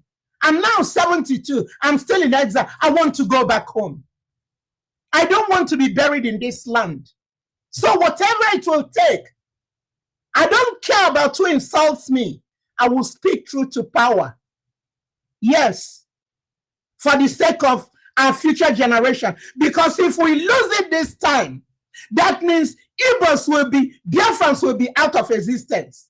They want that deposit of gas in Biafra land. You see the pipes they're building up north, sending it everywhere. They want to kill all of us. Then why will we submit to that? Biko nem anamayoy. Release the money. Release the money. Even when the Minister of Housing, some people bought properties in Ebube. All those money went into mandate. 40,000, 20,000, this and all that. Because I know we were using some of that money. Don't get me wrong. We were always, Odogu will come and tell us every 2 weeks he comes, oh, we need 25 million, 30 million. We'll divide it and know what it is. And then we will do a fundraising. We will give him money. Yes. And then in the past when we were Orinogia, before there were the two, we left the mandate and the Biafran government, we would be paying back the money in piecemeal. We are borrowing from him. So what will I gain lying? I've told you guys that there's nothing. I have to speak the truth so that my conscience will be clear. Now, Bokonfa, ekwa no melonte, mane geni wano melono, mane ekwa no melonte. Thank you, ma'am. Thank you, ma'am. Thank you, ma'am. Thank you, ma'am. Thank you, ma'am. So, Mama Onuwu is calling on Ngozi to come and give account of Biafra money. She should release all the money for our liberation because it's not our money. Biafrans have been deceived by our antics, and then they donate money into the wrong place, and she's using it for her own personal gain, using it for Ebubagu, recruitment, and also using it for propaganda matching and any other thing that she likes. So, Ngozi, come and make account and release Biafra money. The Biafra Liberation Forces in the homeland have aired out that nothing, fatting from you is not coming to them. The best you can do is to do propaganda on the media and say you send this to them and send this to them. They have come out to clear the air. Over 50 million naira is not moi moi. This is money that Biafrans contributed. What kind of mindset do you even have, Seth? You wanted to destroy Prime Minister and the Biafran people. That is why you now decide to go and use the money to fund Ebubagu. Ebubagu, so that you will end up making sure what the Biafran people built and unveiled when Prime Minister was here will now be shrinked and destroyed, while Ebubagu will now have to come and carry the glory. It is so pathetic. Biafran people are calling on you to bring their money.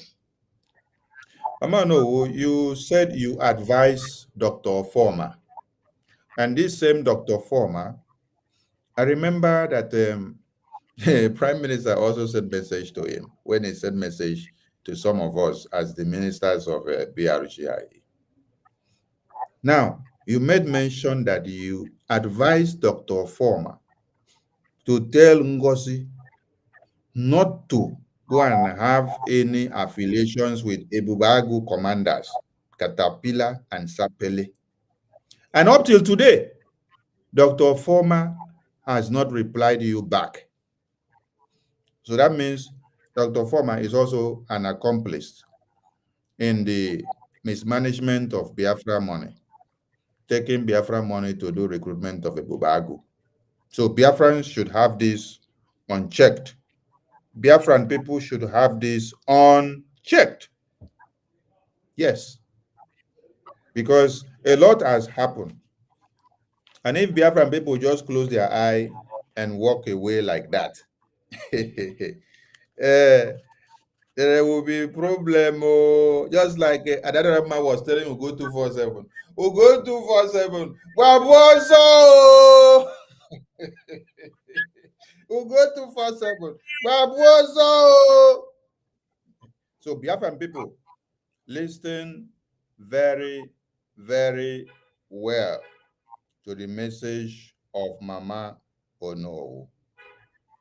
Mama Onuwu also stressed a point that when Onyendu was kidnapped,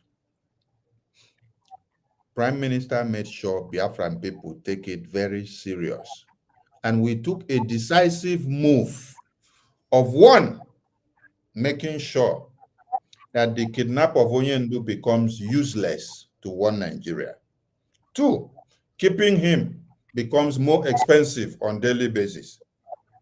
And they continue to lose. And that is why Biafran people unanimously implemented a sit-at-home civil disobedience, which happens to be one of the multidimensional approaches to speak to the Zoo terrorist government in a language they will understand, which they in turn come out to be crying every time about the sit-at-home. Mama, no, Biafran people were massacred and slaughtered after the declaration of the United States of Biafra in Lati in 2024. Then, in February that just passed, Biafran people unanimously declared a sit-at-home, a 2-day sit-at-home, which is the same template, the same momentum, the same multidimensional approaches that they have been using to fight the Zoo terrorists. Ngozi and her group came out to say that there is no such sit-at-home, that Biafran people should not carry out the sit-at-home. Mama, no, what can you say about it? Because if Biafran people have been doing sit-at-home to speak against the government of one Nigeria, now Ngozi came out when they massacred Biafran. She did not do anything, not even to hold emergency press briefing or to talk to Biafrans or to even do anything or to call on Biafra Defense Forces or to give reassuring words to Biafrans. She did not. But when she saw that Biafran people took it upon themselves to declare a sit-at-home, she came out to debunk it, that Biafran people cannot sit at home. Is she working for Biafran people or she is working for the Zoo terrorists? You know what? Sit at home has always been the tool. For students of history, India had their sit at home for, I think, close to 2 years. And the British eventually, they packed and left. It's a very strong weapon to send a message, because the money the government loses when you sit at home, 1 day sit at home, 2 days, they feel it. That's why they are doing all these nonsense they're doing to stop the sit at home. If it's not working, they wouldn't try to stop it. So I was disillusioned. I was flabbergasted when I heard that she told them that there's nothing like sit at home. Mazi Simon Ekpa does that. She's in Mazi's Dr. Abezi is in Mazi Simon Ekpa's government, and the COS, she's the closest to him. Yeah, that's why he made her the surrogate. So if we decide because they slaughtered our people and our people wanted to show their anger, nobody has any right to say, do not do sit at home. Because when it's not your family, you don't feel it. But when it happens close to you, you feel it. Those families, they find some reprieve, seeing that, oh, you know what, they are honoring, then it will help them get closure. But for you to say they wouldn't do that, I was disgusted by that decision. But what can I do? I was still sitting in the wings and watching and praying and asking God, because God is the God of all impossibilities. There's nothing God cannot do. The Bible says that when a man's way pleases him, he makes him even at peace with his enemies. So standing on that, I'm pleading, I'm begging. I'm pleading, I'm begging. Let us take care of this issue. Let us forget all pride, because every human being has three people working with them, me, myself, and I. Let's take it away from this flesh, this carnality that is making us do and not be sensitive. There comes a day we are all going to stand before the Almighty Maker, who has the total right to take life and death. No man has that power, but only Elohim. So mine, I'm the watchman. I will speak out, and I can't force anybody. You can take a cow to the stream, but you cannot force it to drink. So that's all I can say there. Thank you, ma'am. Thank you, ma'am. Thank you, ma'am. Ma'am, you said you resigned from Ngozi's group of USB Chacha Nigeria group. What message, and you did that because of the misconduct that you have found, which does not go in line with what the Biafran government was all about. Now, what is your advice to people like Reverend Nene, Dr. Hey, I forgot the name. There are many ministers there that were in BRGI with Prime Minister. Benny. We have Dr. Benny. We have Oloma. We have many and many of them, people that we thought that their brain should be working like an engine to be able to discern and see things the right way. You, as a mother, as a grandmother, as a mother of Biafra, after seeing all the red flags, you resign from that group of sabotage. What advice will you give to the rest of them that are still there before they use themselves as the next scapegoat? Because they wanted to use Adarama also. Adarama happened to speak up and shout after they have tried to use her severally. Now she is free. The day Adarama delivered the message the way it is, and I will give kudos to her. She said, Sonny did not allow me to sleep. Sonny came back and dragged me out and said, I should go back and deliver the message the way it is, which means fall back. Everybody should fall back to BRGI. Because at first, when she came, she was saying everybody should calm. I said, another man, this is not the message now. Deliver the message the way it came. She went back and then delivered the message that PM said everybody should fall back to BRGI and stop attacking our lobbies and BRGI and every structure under BRGI.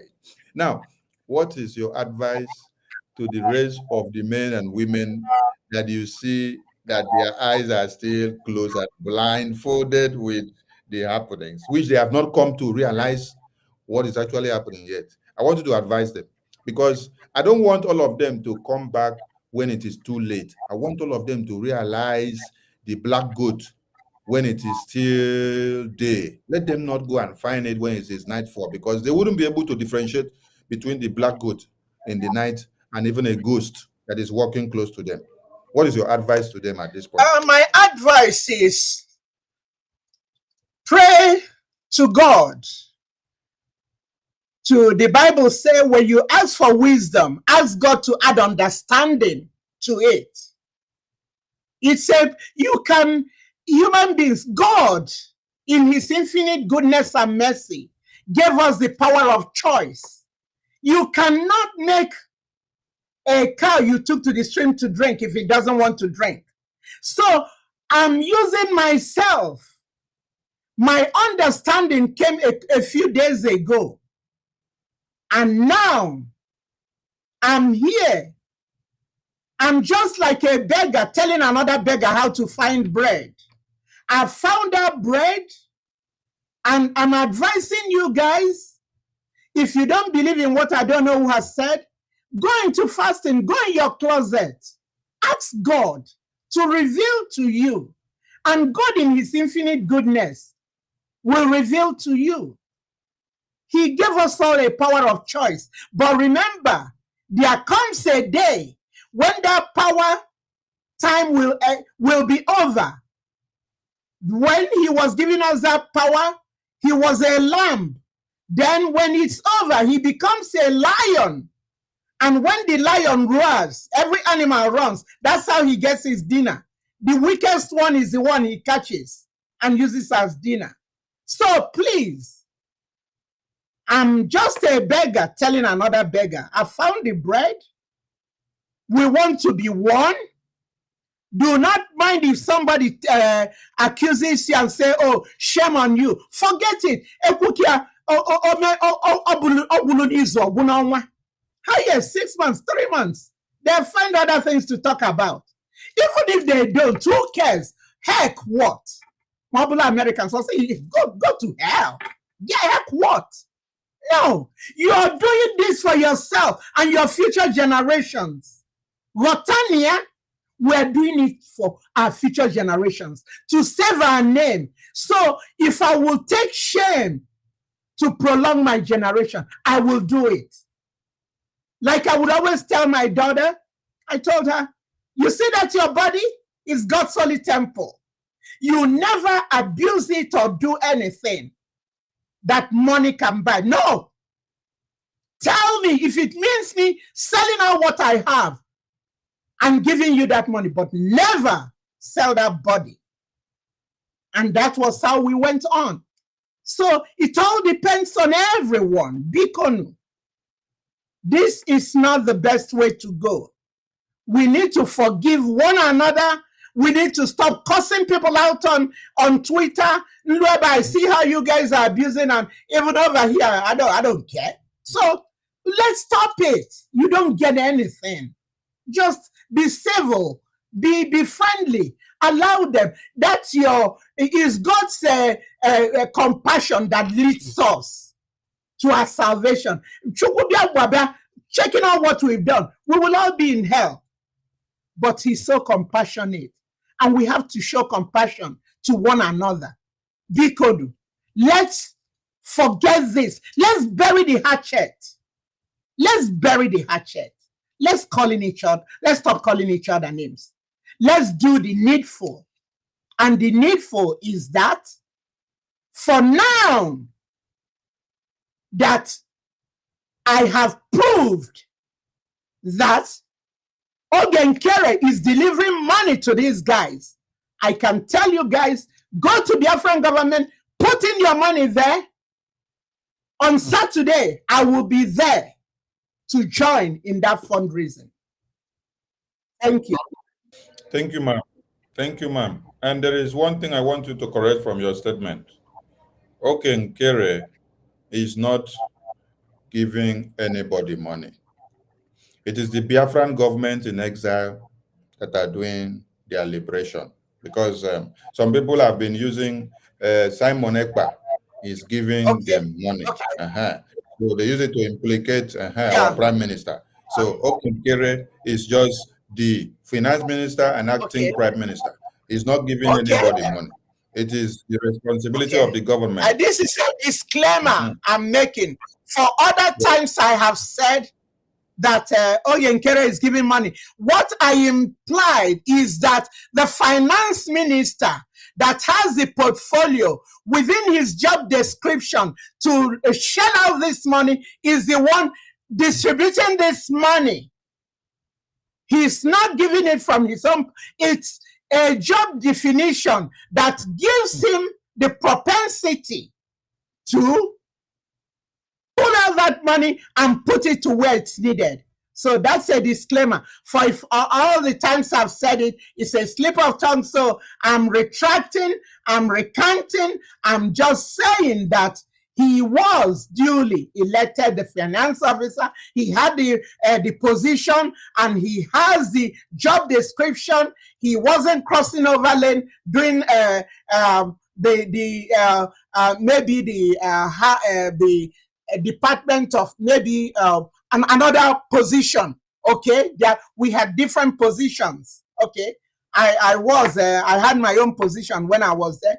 No, he was executing his properly elected position.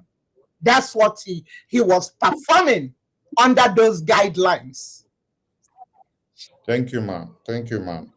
Ma'am, there has been propaganda and blackmail and slander that when Prime Minister was here, that Prime Minister summoned the Finance Department led by Minister Okenkere to come to the Biafran government meeting.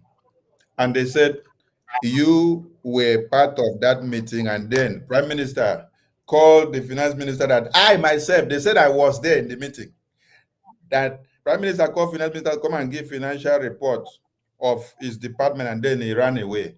Please, has there ever been such kind of meeting in the Biafran? Yeah, we had a meeting that day. He was on his way somewhere. So the mandate gave he said he didn't have enough time to present his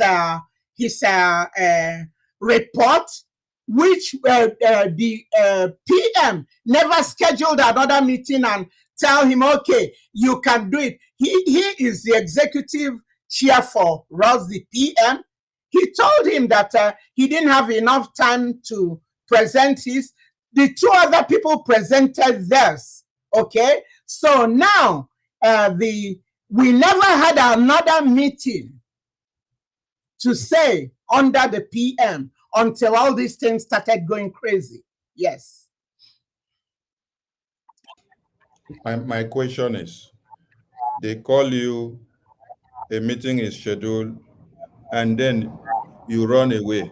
It's different from what you're saying now. Somebody is on the way, like me. When you called me, or when I scheduled this meeting, I was in a very far distance. And then I told you, we are going to have this meeting. I gave time.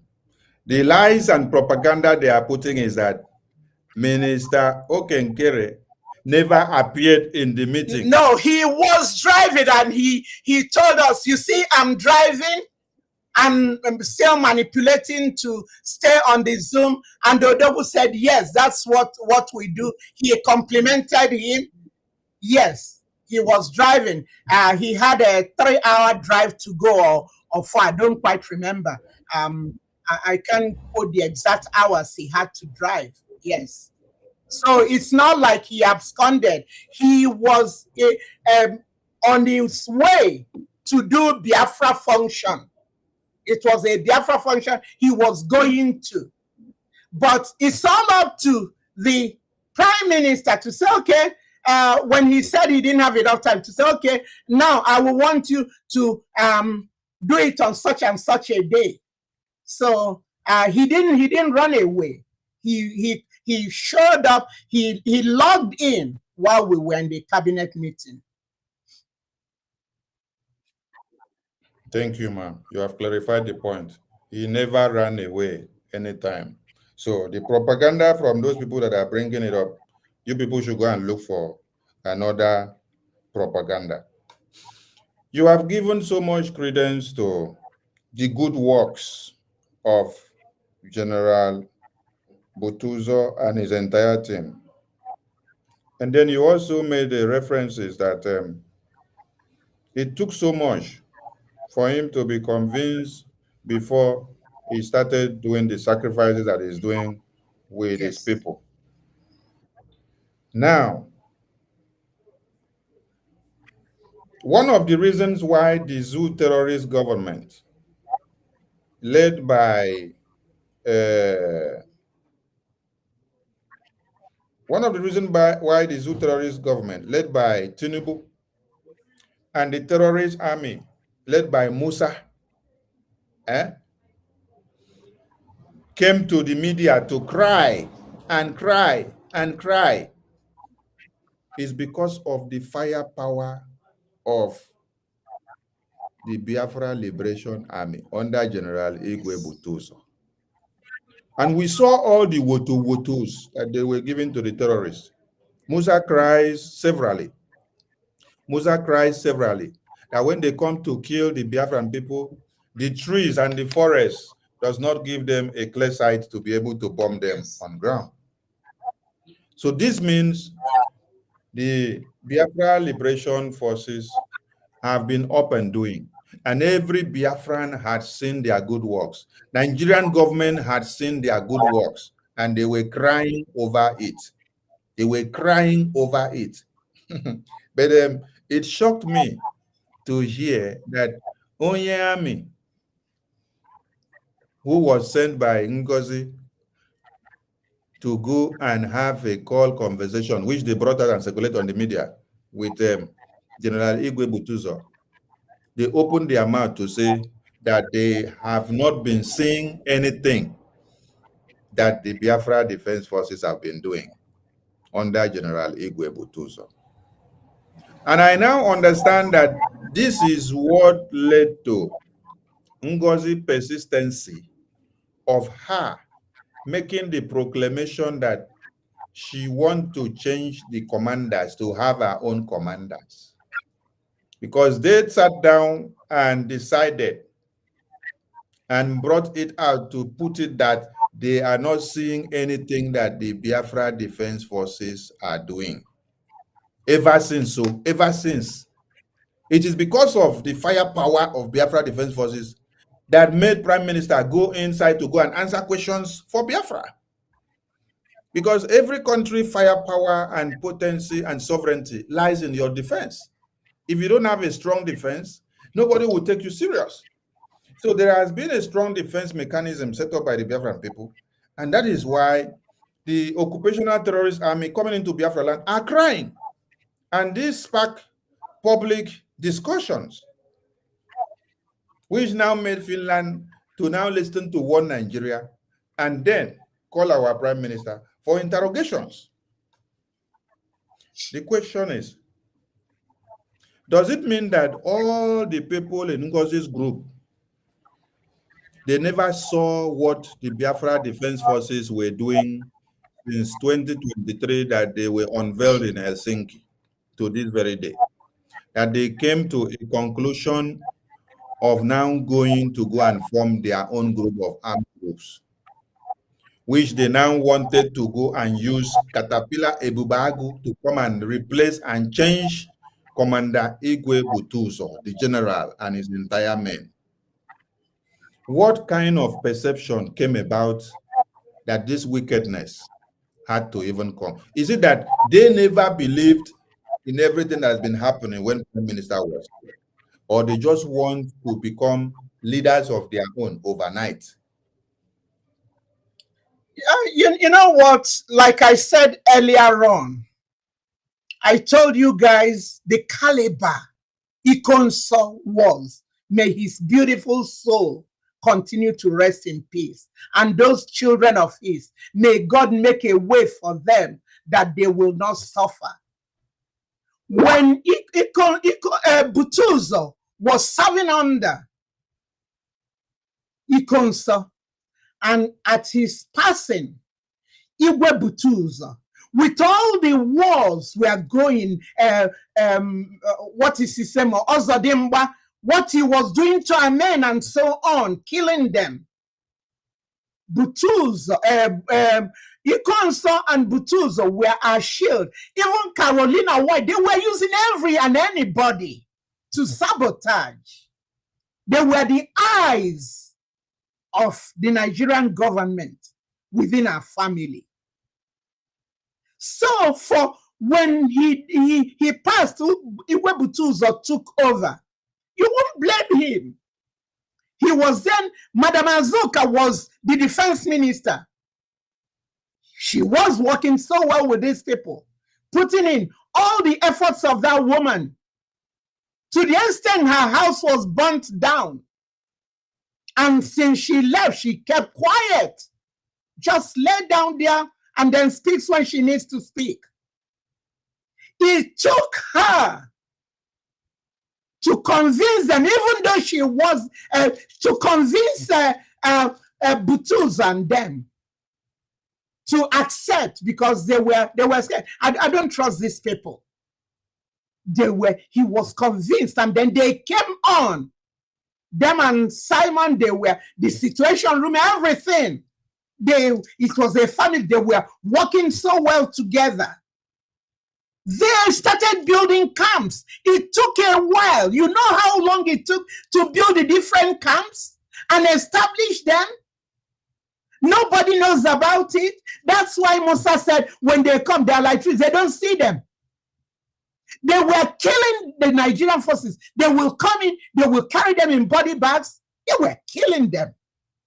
They were buying them and so on. I don't know. I hope this, me saying that KILL would affect your program. So they were doing that. And this man took his time to train. The terrorist forces. The terrorist forces are those. Yes, took care of the terrorist forces. This young man, he has a lion heart. And then the second IC became gentle. And they had Holy Ghost and the rest of them. All these areas had their different commanders, but they report to Triple General Igwe Butuzo. And everything was going fine. So why, if it's not broken, why fix it? That's my question. If it ain't broken, Americans will say, why fix it?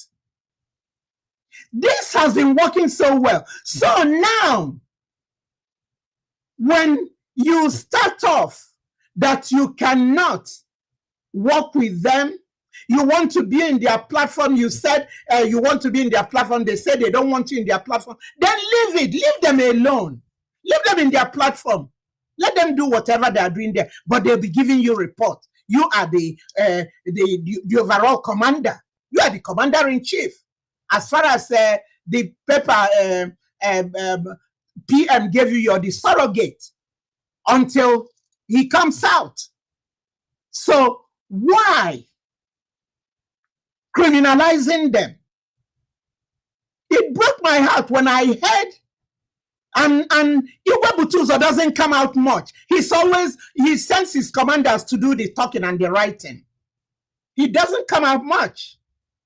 But it got to a point where he had to come out and tell us Biafrans the truth, that they are not getting any money. And yet, you told me and told us, it's out there, everybody heard it, that you said we are giving money to them. Once they make their demands, we supply them. We have meetings with them. Ofoma told me, Dr. Ofoma told me, they have meetings with them. So I was basing on what the facts I know. I said, if you're having meetings with them, that's good. And that they will send them money. The money, they'll send them so many millions. It will last them a month, and then they will send them. I was so happy when he told me that. That means they deceived you. They told you lies. Yeah, they told me what's not true. I believed it. Wow. Dr. Former told me they have had meetings with them. They've sent them millions, 25 or 30 million. I can't be exact now. I was happy. So when I heard that they want to change to Caterpillar being the commander, I went to Dr. Former again. I told him, listen, you and I know that Caterpillar killed the ESN. He agreed with me.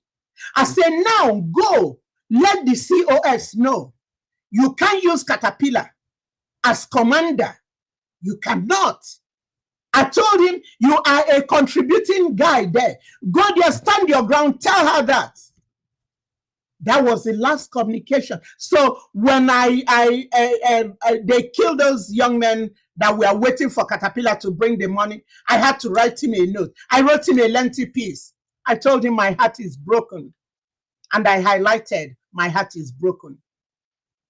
It was broken for those children that were waiting for reinforcement, and the reinforcement never came, and they were all died. They all were killed. Come on. So I don't know what else to say. Thank you, ma'am. Thank you, ma'am. Thank you, ma'am. Thank you, ma'am. Take some water, please. I want Biafrans to listen and listen very good. The very meeting where Mama Onuwu talked about, where finance minister was called up to say something about finance. That had happened to be, I think, the last meeting of the cabinet. And I think that meeting was a live broadcast. I think Prime Minister pushed us to be on air so that Biafrans will hear the policies that the Biafran government were making. And Biafrans can go through that video. Now, before I say what I want to say, I want to clarify something. I've been with Prime Minister since 2021.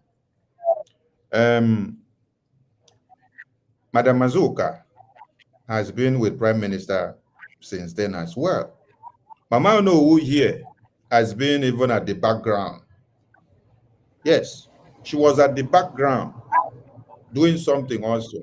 She later came out to show her face officially later on, but she was doing a lot at the background. You can hear, you can capture all this I'm saying from what she has narrated here now.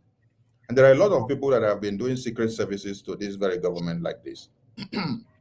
Now, I want to let Biafrans know that since 2021, that I've been with Prime Minister in this Biafra liberation to this very day, there has never been a time that the Prime Minister will call the Finance Minister to come and give financial report inside the general meeting of the Biafran government.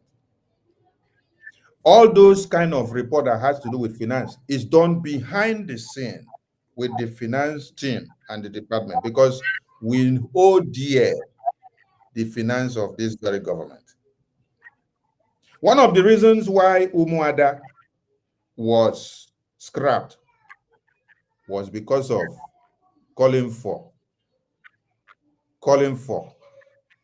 open accountability of the finance, because the enemies of Biafra wants to see and know how much comes into Biafra government and how much goes out, so that they can come and then fight in. That is why Musa said something. Musa said, we have monitored and seen that many of them are making donations from diaspora to support Biafra. We have to target their finance. When we cripple their finance, we will get them. That was the message Musa said. And in that very meeting which we had, who brought up the agenda on the item that finance minister should come and give report in the public air about our finance? It was Ngozi. It was Ngozi that brought it up in the agenda of the meeting. Because Prime Minister never will call the finance minister to come and spread the statistics of our finance in a general meeting. When you finish this, I want a few minutes break. Okay. Yes. Yes, ma'am. Now, America, as a sovereign nation, or even Ukraine or Russia that are fighting war, or even Israel, you can never see the financial report. If you don't mind, I am hearing you. I'll be right back for my sake. Yes, ma'am. Yes, ma'am. Yes, ma'am. You can take a leave, ma'am. You cannot hear the financial report of Ukraine or America or Russia or Israel as they are fighting this war, because they want to protect their strength. They don't bring out their weaknesses to expose to the world, for the world to know that they are losing the war with the weakness of their finance. That is why the entire world are making mockery of Zelensky, the Ukrainian president, when they saw him junketing into the White House to have a meeting with Donald Trump. And then Donald Trump was telling him, let us see what you have been doing with all the money that we have given you so far, because you are losing the war. Donald Trump doesn't want American taxpayers' money to continue to go into a fight that is losing. He said, we want peace. But if Zelensky did not show that he is losing the war and that his financial treasury is leaking, they wouldn't have seen him as a mockery.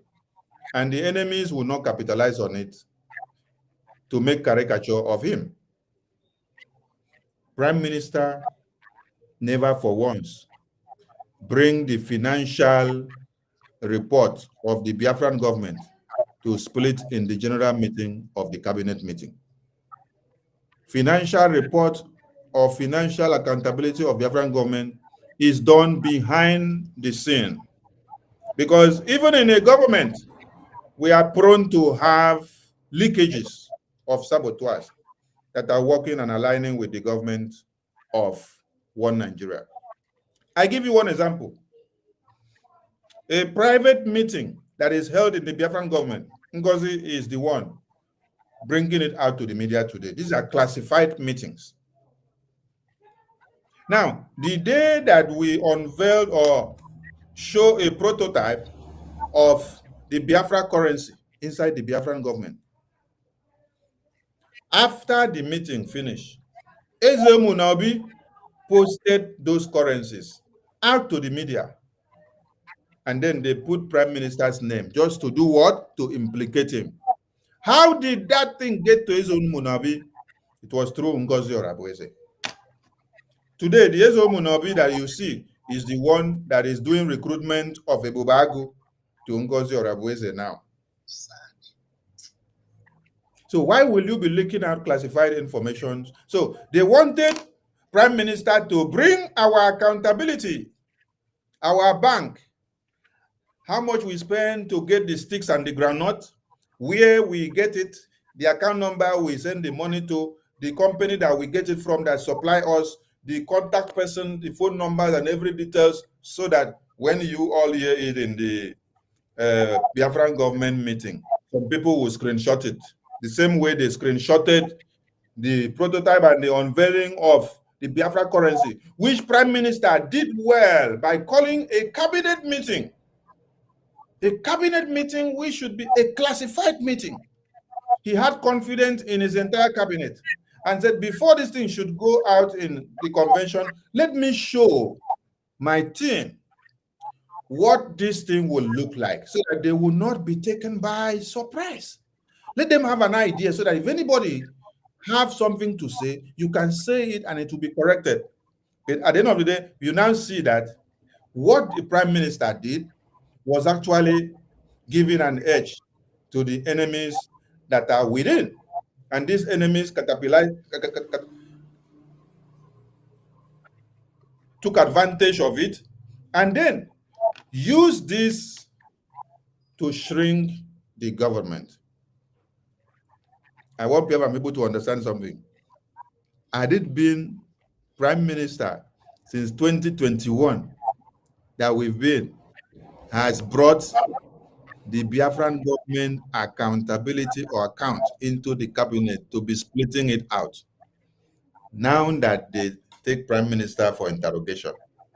It is the enemies of Biafra that claim to be inside the cabinet that would have been given the screenshot as evidences to Finland government. You see? This is why they have ever push that finance minister should bring accountability and spread the shit inside the cabinet meeting. And Prime Minister has always said, no, never, never, never. All what you people can hear from finance minister whenever he wants to speak is that our account is empty as we are now because we have more and more things to do.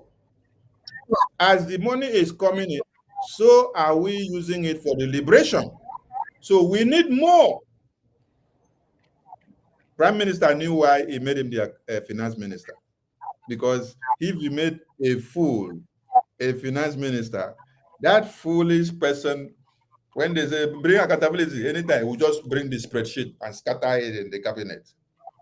And then the enemies of Biafra will pick it. At times, Prime Minister will give you assignment and then he want to watch and see your intelligence to see whether you really know your work. So Biafra people, we are on the right track. We want to say a very big thank you to our Mama Onuwu. And Biafran people, if you have comments to make, Mama Onuwu has touched all the areas necessary. So if you call this number, you are just to commend her on coming out here to seek your forgiveness and to also plead all of you to fall back to BRGIA. The line is open for calling. Anybody can call in now and give your message to Mama Onuwu. And if a question comes in, I will be the one to decide the question that she will answer and the one that she will not answer. I am the sheriff in this very town today. That is my sheriff. Consistency and this. Yes. So I'm not phased. God is with me. Yes. So Biafran people, the line is open. You can only call on WhatsApp. Call the line on WhatsApp. And please, if you are a member of a BRGIA, do not call first. Allow other people to call first. Because if you will not start calling first, you will occupy the line. Allow those that are not members of BRGIA to call first. Then later you can call. The line is open. The line is open. And let's take a break before we continue.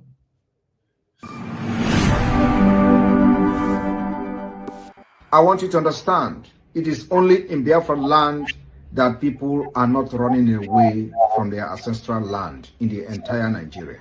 In Yoruba land, people are fleeing the ancestral land. In the northeast, northwest, middle belt, people are fleeing from the ancestral land. It is only in Biafra land, and the government of Biafra made it possible. But you know what? They would like you to believe that Simon Ekpa is the cause of insecurity. No, I am the solution, and the only way they can get to you is by kicking me out of the way, which is not possible. I have come. After I'm done with Nigeria, Biafra will be free and enjoy freedom. Biafra will know the importance of freedom and what I'm doing today in 5 years to come. Thank you. I want you to understand, it is only in Biafra land that people are not running away from their ancestral land in the entire Nigeria. In Yoruba land, people are fleeing the ancestral land. In the northeast, northwest, middle belt, people are fleeing from the ancestral land. It is. All right. Thank you to everyone. We have the first caller on the line, and is the APM of BRGIA. APM, Biafrans are listening to you. Welcome to the show. Thank you very much. Honorable Minister of Information, Mazi Sonia Barawa, thank you. We Biafrans appreciate you and your team. And a big thank you to our mother in the studio, in the person of Honorable Onuwu. Thank you, ma. We really appreciate you. And Biafrans love you. They love your courage. They love everything that you be doing. And when our leader, Mazi Nnamdi Kanu, said when Omwada, or when the mothers of Biafra rise up, that Biafra will be here, I believe you're one of those that he's actually talking about. Because our motherland represents the mother. The mother gave birth to we that are living. So the mothers have a big role in any society, and a country is actually referred to as a mother. So because without the mothers, there will be no us. So we appreciate you. Thank you, and thank you for your courage, your boldness.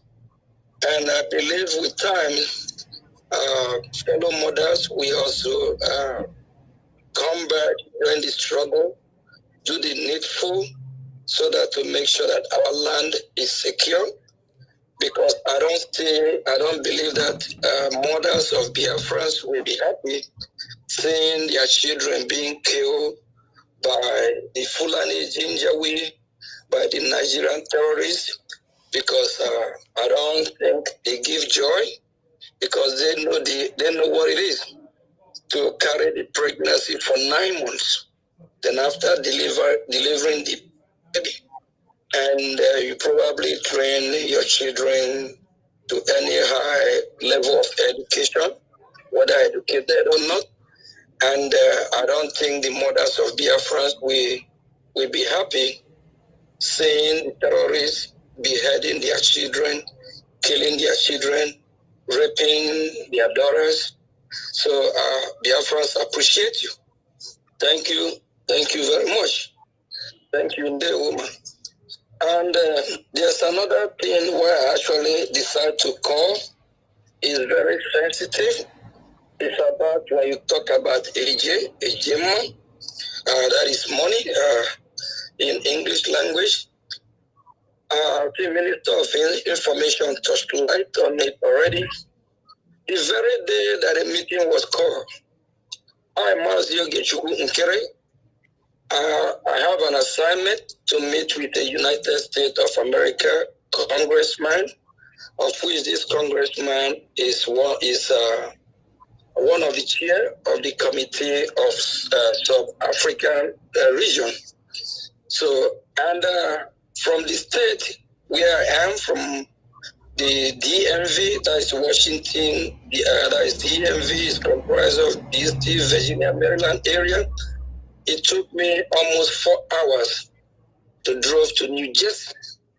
I was driving on the highway. I'm actually doing 65, 70 per hour. And while the meeting is going on.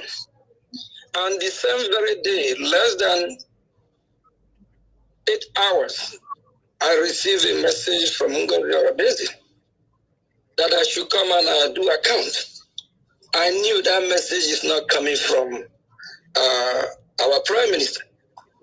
Our Prime Minister, if you all can recall, in Helsinki 2023, that video that some of our media team always play where me and our Prime Minister are saying, is it not what we said we do? We do it. In the Igbo language, meaning I know him very good. He know me. I know what he stands for. He know what I stand for. And our Prime Minister knew. If he had the program that they call me to come and summarize about our camp, he knew I'm not going to do it.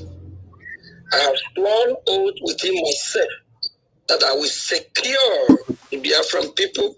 I will secure Biafran with what I know that will actually help us in winning this war is a German. And anything just like Musa be crying, saying that whenever they bring that Ijema down, it's over. And I knew we have a lot of enemies. And I'm not going to tell you the battle that I've been battling with the Nigerian government and her ally trying to bring our account down. They be doing that. I'm talking of in that Zoom meeting, we have 140 people, both in the homeland and in that Zoom meeting, they're circles. And you want to tell me, Mazio Gejukunkere, to come to that Zoom meeting and analyze, talk about something that no nation have done it in the history of mankind, bringing out the account, I call it bringing it to the public. There's too many sabots there. Too many, because whatever we are doing, there are a lot of Nigerian agents that sneak in the government, whether in the de facto or in brigade. They're going to be recording listening. I knew, and our Prime Minister don't even have to talk to me to say, oh, Maziogi, you know you don't have to do that. He knew I'm not even going to talk about it, one. And number two, again, I'm actually driving. And I made clear in that very meeting for everyone that is in that meeting that never happened. Because I knew that Ngozi Orebeze is doing this for a reason. Just the same way she be paying private meetings that the government have. Just because she set up the Zoom meeting, she will not go and extradite it and play it in public. Biafrans say, is this who gonna manage your BDF at home? Is this who gonna manage your country?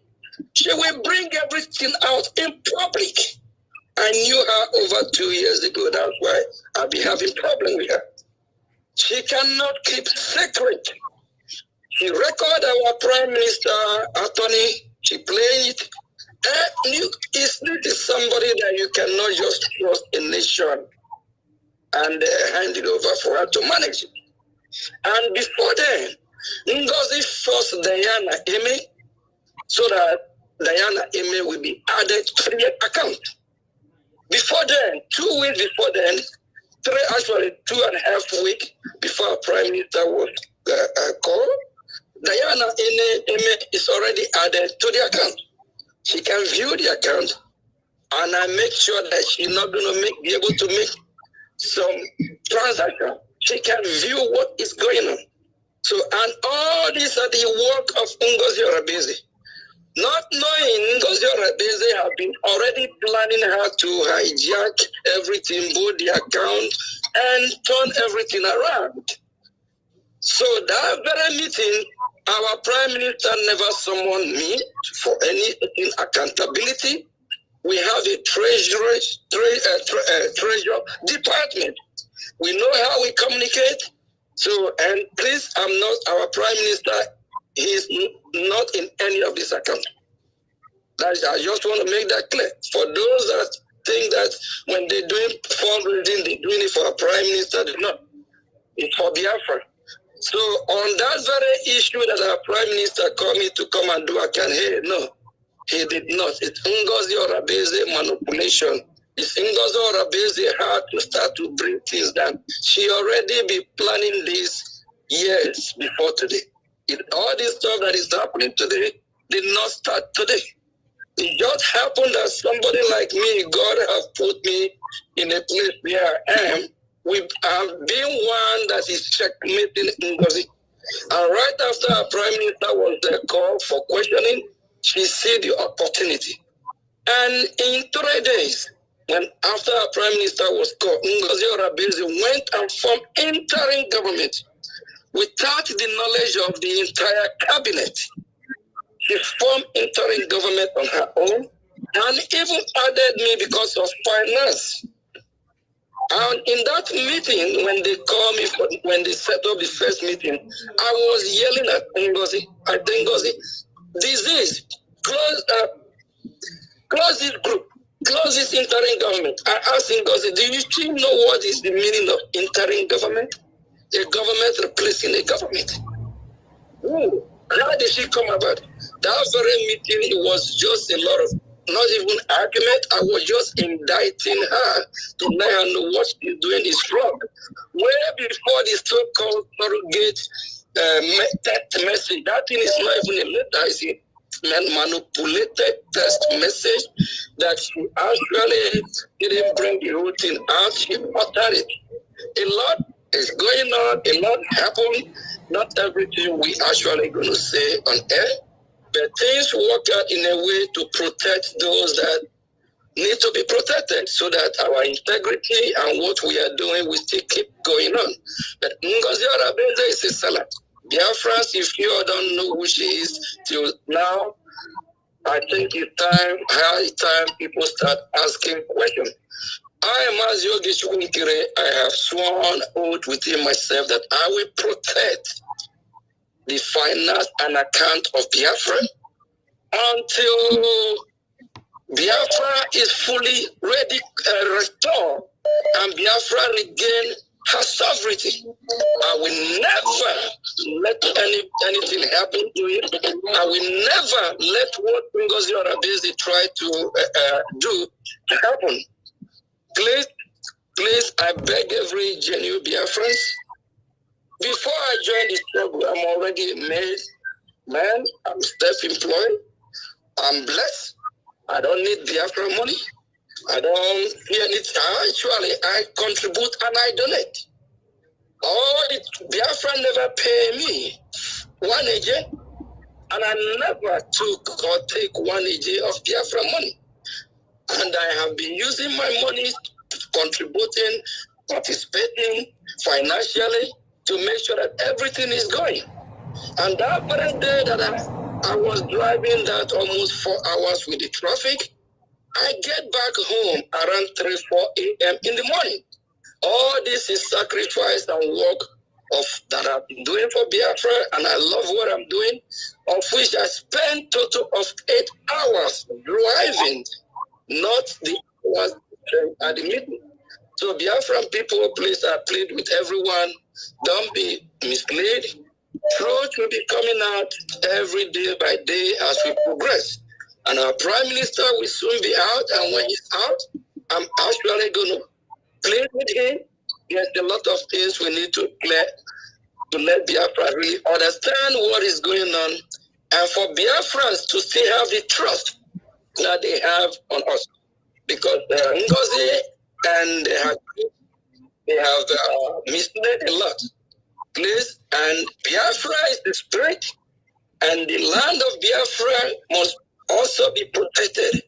And everything that makes we Biafrans who we are, we believe we awaken us, we protect us, we guide us, just like our mother, I don't know who here. Please, every genuine Biafran, wake up, have a rethink, ask yourself question. If we have been having issue with our account a year ago, 2 years ago, do you think the Prime Minister of Biafra, Mazi Simon Ekpa, would not have either sacked me, suspend Mazi Ogechuku, or let the Biafra people know what's going on? That never happened. I know who I call my boss. I have a reason why I call him my boss, and we never disagree. Thank you, our mother. I don't know who. Really appreciate you. I know you've been on this interview. I will call it a hot seat for over 3 hours with Mandy Sonny Parawan. Just see how much question you can take and give her a break so she can go get some rest. We appreciate you, man. God bless you. Ndewo.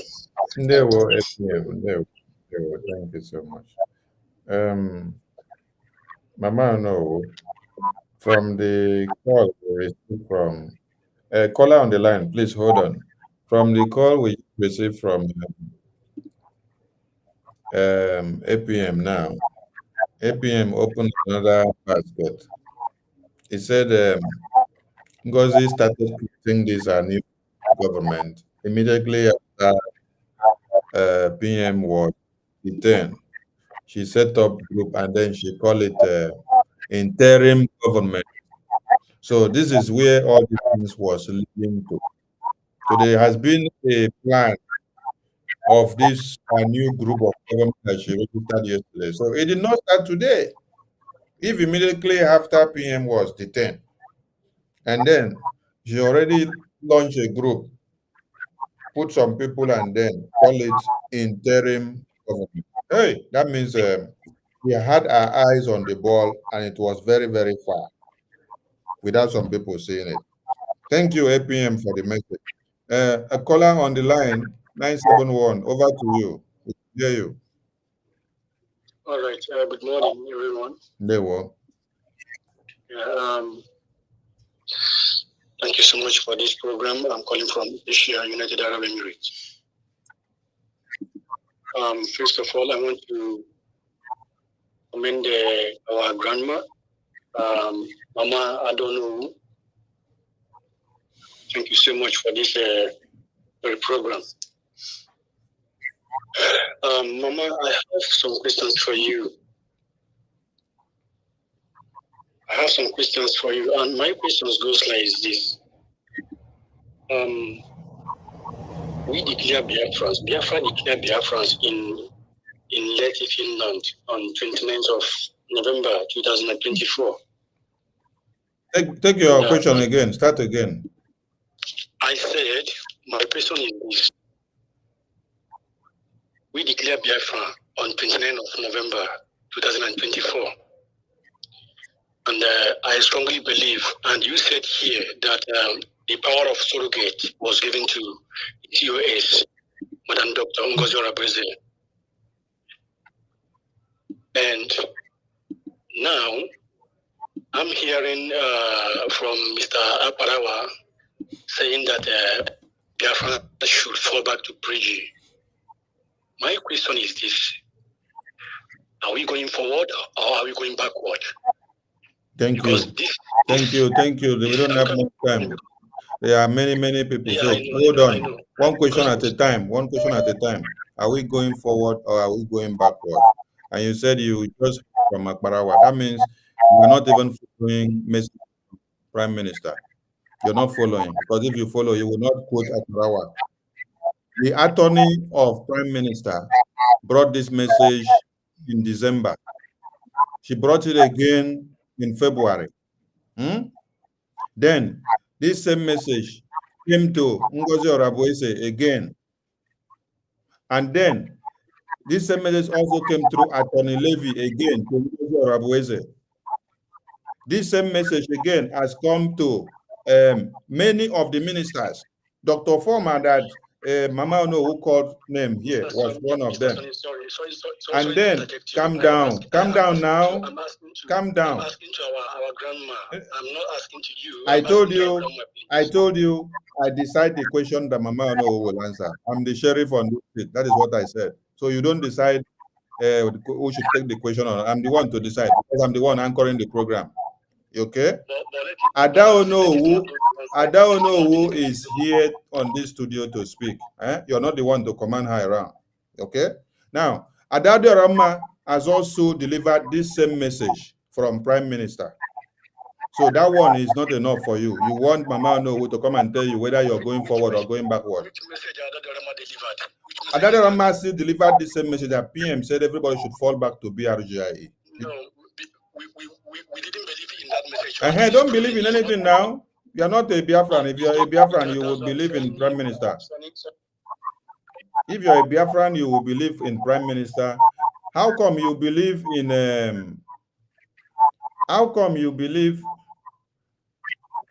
why did you cut your call? Why did you cut your call? By yourself. I wasn't the one that got the call, Sonny. Okay.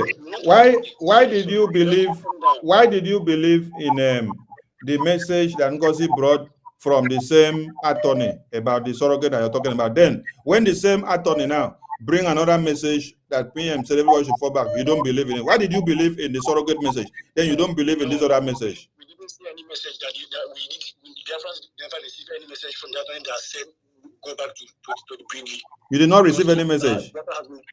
Yes. Go and ask Ngozi. Ngozi will give you the message. He's not. She has the message. She will give you. Ask her. She will give you. If you did not see it, I'm going to send you the message. Don't worry. This is not time for argument. I'm going to send you the message through this your number. So I will send you the link of that message from the attorney. I will send you the message. So let's attend to another person Hello? Yes, they were watching again. Good evening, Augusta. Sorry. Good evening. Yeah, I just want to thank Madam Onuwu. We really appreciate you, ma. You know, they say that the most strongest people in life are those who can summon courage, swallow their pride, and rewrite the wrong they made. And you have done a noble thing this evening. And our respect for you will never die down. You know, there are people who try to leave an indelible footprint in the sand of history. And I must say that you have been among those ones. I encourage you to continue this way and make Biafrans proud, because one thing I keep saying is that though the forefront of this struggle, the life of Biafrans are in their hand. So their actions can either kill many Biafrans or save them. So everybody in the forefront of this struggle really need to be careful, because you cannot imagine how many people that have a high blood pressure because of all those things that is going on all this while. Thank you very much, ma. Thank you very much. I think now you have done a noble thing. We really appreciate you. And Sonny, please, one thing I want to let you know is that whenever you are making reference about those that singing the music of accountability, please always remind them or referring to them what happened to Mazin Nnamdi Kanu. This is how they have been sounding. Mazin Nnamdi Kanu, where is money for transmitter we contributed? Where is money for transmitter we contributed? They pressure Nnamdi Kanu until he divulged where the transmitter is. Today, the transmitter is in the hand of BSS. Okay, I say that is the work of God that make it possible that accountability was not done, because it seems that this woman, Ngozi Orebeze, knew exactly what is about to happen to Prime Minister. So she wanted to get every information she needed so as to kill Biafra completely. Because had it been that the Biafra defense architecture, she have information about it, I'm telling you, by now, we will not be talking about Biafra. With what is happening now, you know, I really give God glory that things went on this way. Thank you very much, Sonny. God bless you for your good work. Thank you. Good night. Thank you, Wachineke. And thank you to our mama here who has come to talk to us today. It's a very good one that she's here today. All right, we take the next caller, which we have missed your calls. Next caller from Germany. Please, the person that called before that said he did not get message from Prime Minister's attorney. Stop calling, because I'm not going to pick your call again. You have to. Yes, hold on, Wachineke. Hold on, Wachineke. Wachineke, hold on. Oh, can you hear me? Yeah, I'm hearing you.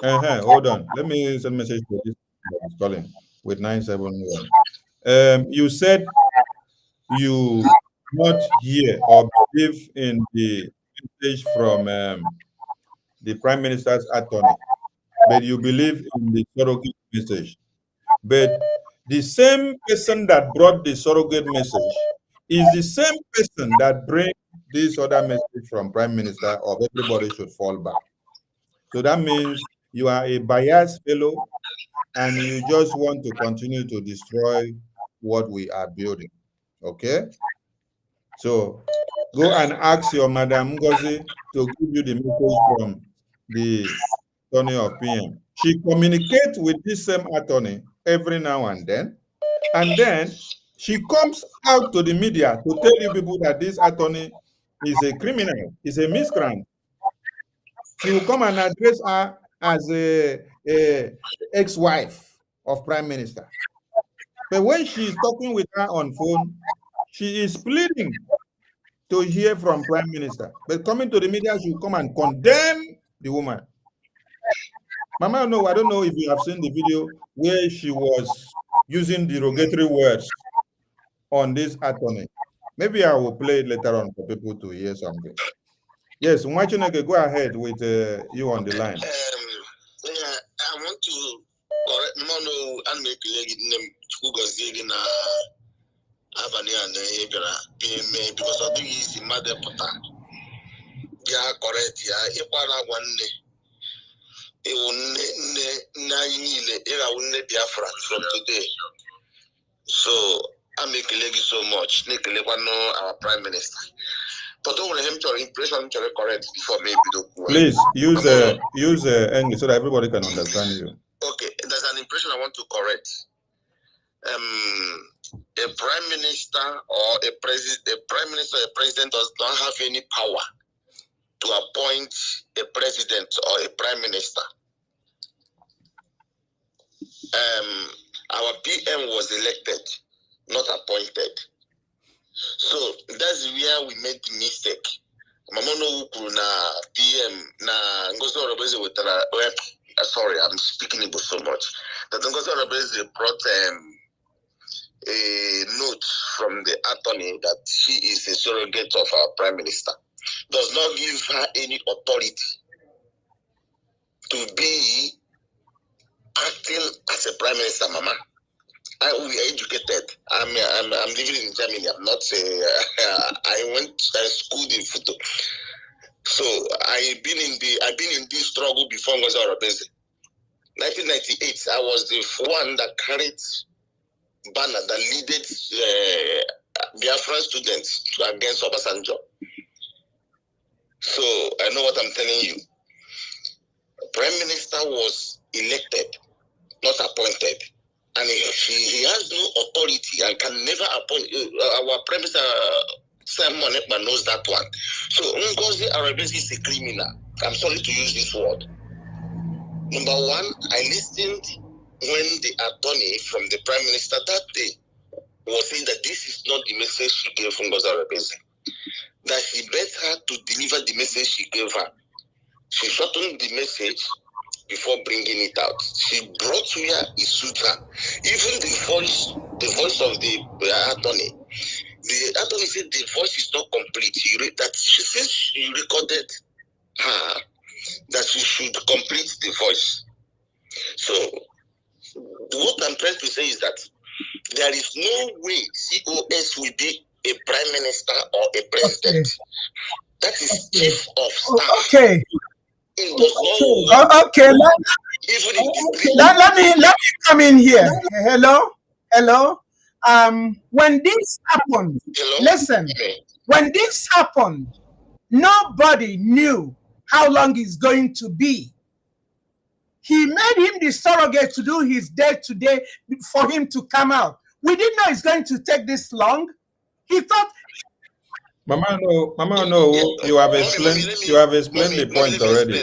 Don't go too far again. Mazi on the line.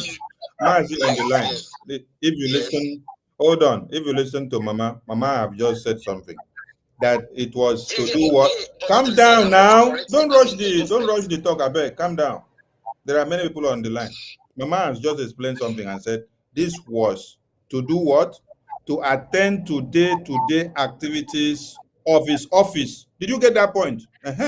So, as a secretary, as a personal assistant, as a chief of staff to the person, not to come and overturn the government. So, Mama have just explained many things in just a sentence now. So, don't stress it again. That one is clear. So, make your point and then you give the mic to another person, please. Let me round up. Please, our information minister, a lot of people are coming here to cause nuisance. For example, there's a guy said that he called you from is it United Arab Emirates? I don't know where he was. Are you worried about that miscreant? So, are you worried about it?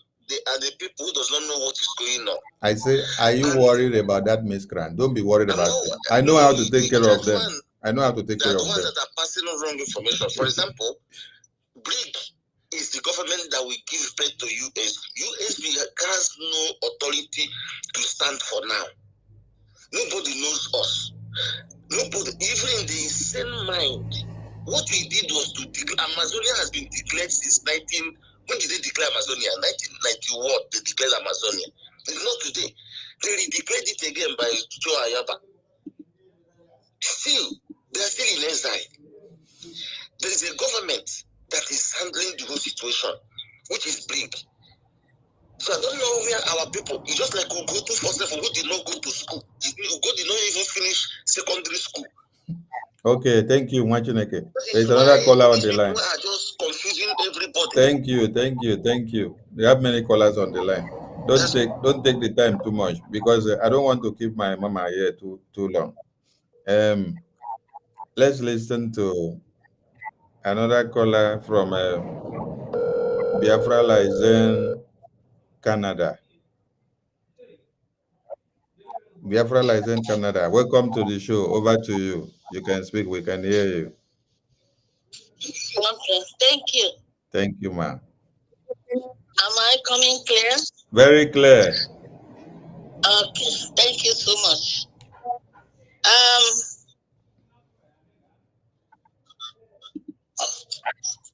Go ahead. Okay. Yeah, thank you, Honorable Sani, the Information Minister of Biafra Government Republic in exile. I appreciate Mama Onuwu, as Sonny called her, Adolowu, as we call her. Thank you, Mama. I also appreciate the presence of our APM. I know he's somewhere listening. And every other cabinet members watching in this platform today. I want to say it today that to God be the glory and honor and praise. I know that our mother, Adolowu, has resurrected thousands of Biafra who are dying. Her speech today is a resolutional speech. A speech that is laced with truth and garnished with honesty. We must appreciate this. I know very well that many times, like she said it, she said there are things you are doing, you think you are using your wisdom, but the knowledge is not there. And that's why she quoted also, I will quote her, when you are asking God for wisdom, also ask for knowledge. Knowledge represents the interpretation of your wisdom. You might have wisdom. If you don't have the knowledge, that wisdom will not work for you. After 3 months, okay, just 2 months of struggle with her spirit, she came to the full delta that she has gone to the wrong track. And she retreated. And not did she retreat and go home dejected, crying, and saying, why did I do this? As a lioness she is, she bundled herself up again and said, I have to make this public and encourage others like me who have also gone in a wrong track to come out. I know that if what we planned happened the way it went, and our Prime Minister, Simon Ekpa, was there, by this March, maybe 1 or 2 people may have gone home. We were all planning by this later December 2025. Many of us will go home, at least to spend time in our villages and see how things are going. But after what happened, we were all dejected. We were all, everybody, some people went on like very sick. Some people have not recovered. Many of them had hypertension because of what Ngozi did. I thank God today that our mother has come out openly, irrespective of whatever anybody can talk about her. She has no shame because she is doing the right thing. She cannot be blamed because she has done the right thing.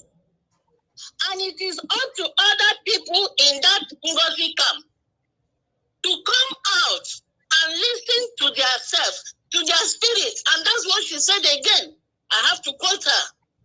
They have to listen to their spirit and ask themselves, are we in this struggle for one man or one woman?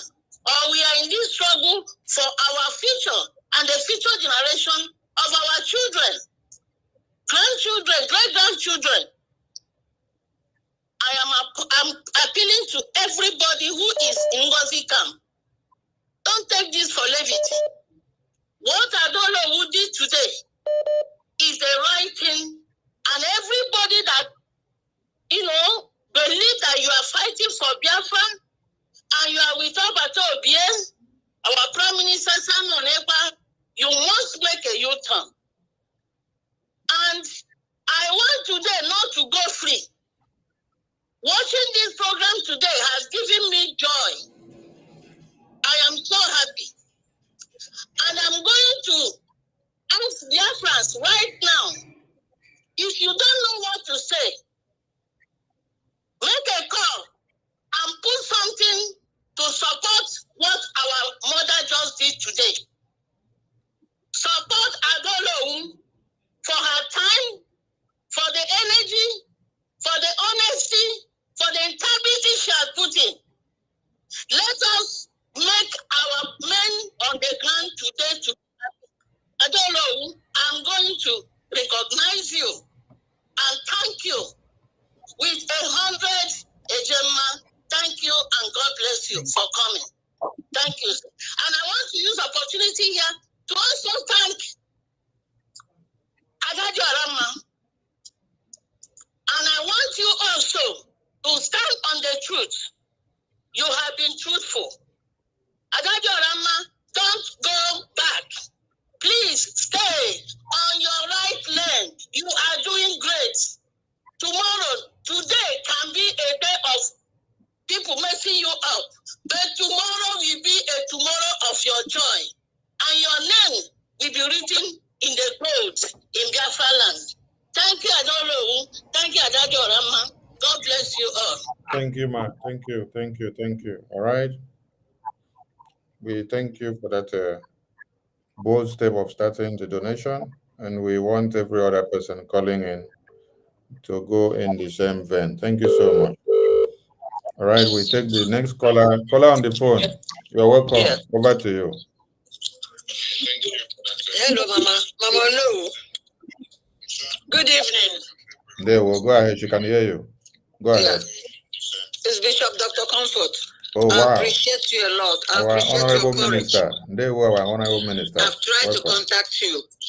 But God, I know at the right time of God, Ogechi, I greet every cabinet, every bridge member, and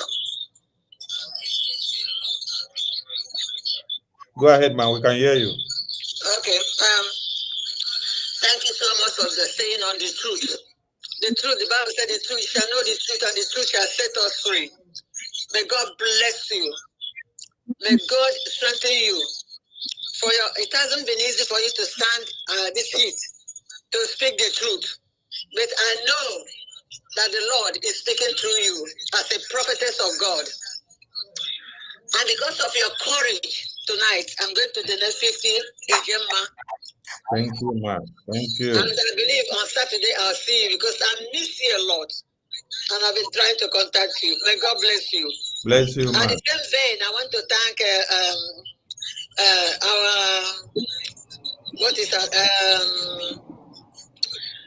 the other one that had courage as well to speak what our Prime Minister sent to her to speak to every Biafran. I don't know. Biafran, this is the time for us to know the truth. Yeah. This is the time for us to know the truth. We should be on the right side of the truth. And thank you. Thank you so much. Thank you, ma. Thank you. Thank you. Thank you. God. Thank you, ma. Which caller have we missed? Please, if we miss your call, you can call back. Adajo Rama, do not allow anybody to push you around. Just like Sonny is not a pushover. You cannot push Sonny around. That is why he asks questions anywhere for clarifications.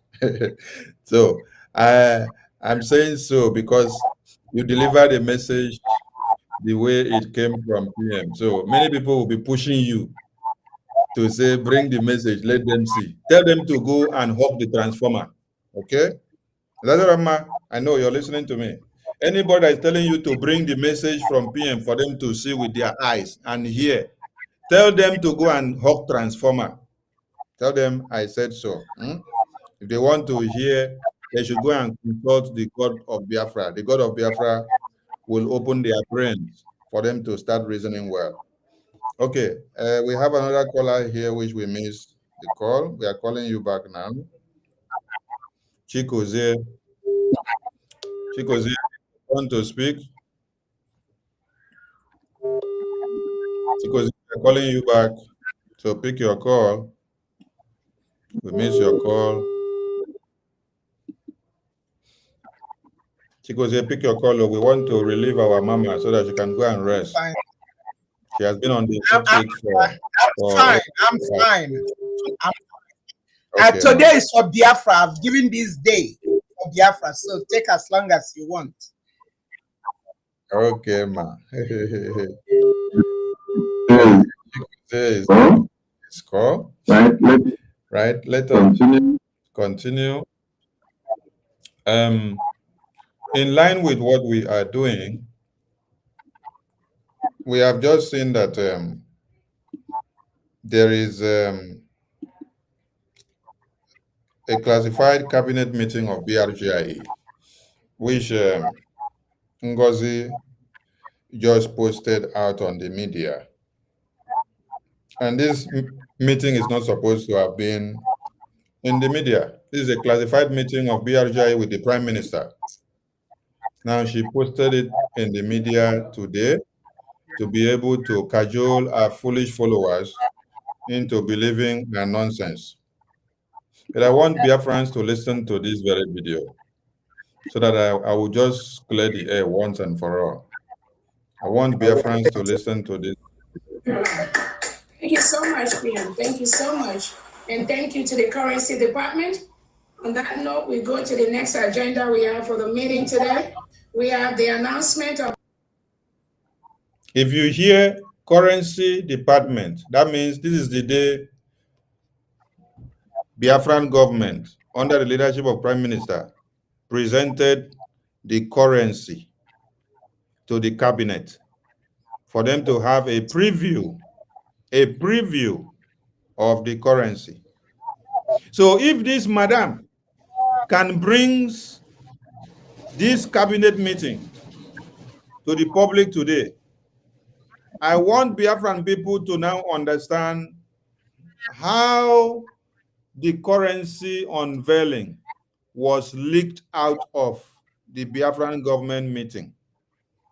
That very day after that meeting, not up to 1 hour, Eze Munobi posted out that currency that we had in this private government meeting. This very meeting that Ngozi has brought out and leaked it out to the media now. Eze Munobi posted out those currencies, a private meeting. So if she can bring out this cabinet meeting today and put it in the media, all of you should now connect the dots and know how the currency that was leaked, that unveiling of that currency was unveiled and leaked out from that cabinet meeting that day, which they posted out on the media. It got to Prime Minister. I drew his attention. He was asking me, who could have done this in the government? What I told Prime Minister was, Prime Minister, don't worry. With time, we will figure it out. That is what I told him. But today, all of you can see the evidences. The most trusted that she claimed to be the COS, she's the one leaking out classified information of the Biafran government to the public. And this is one of the reasons why Twitter brought down the first account that she had, because you violate privacy of the Twitter policy. This is a classified information that should not be in the media. You brought it to put in the media so that you can blackmail or implicate the prime minister or implicate the Biafran government, so that your own new group of USB charger of Nigeria, which you have registered in Georgia, will now make name. So Biafran people should see. Listen, I want to extract a point, because when you think you are trying to destroy the prime minister, the BRGIE, you end up destroying yourself.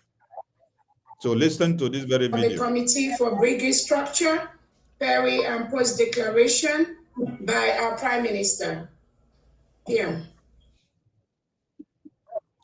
Here, she said she's calling on the next item on the agenda, which is the Committee for Brigade Structure.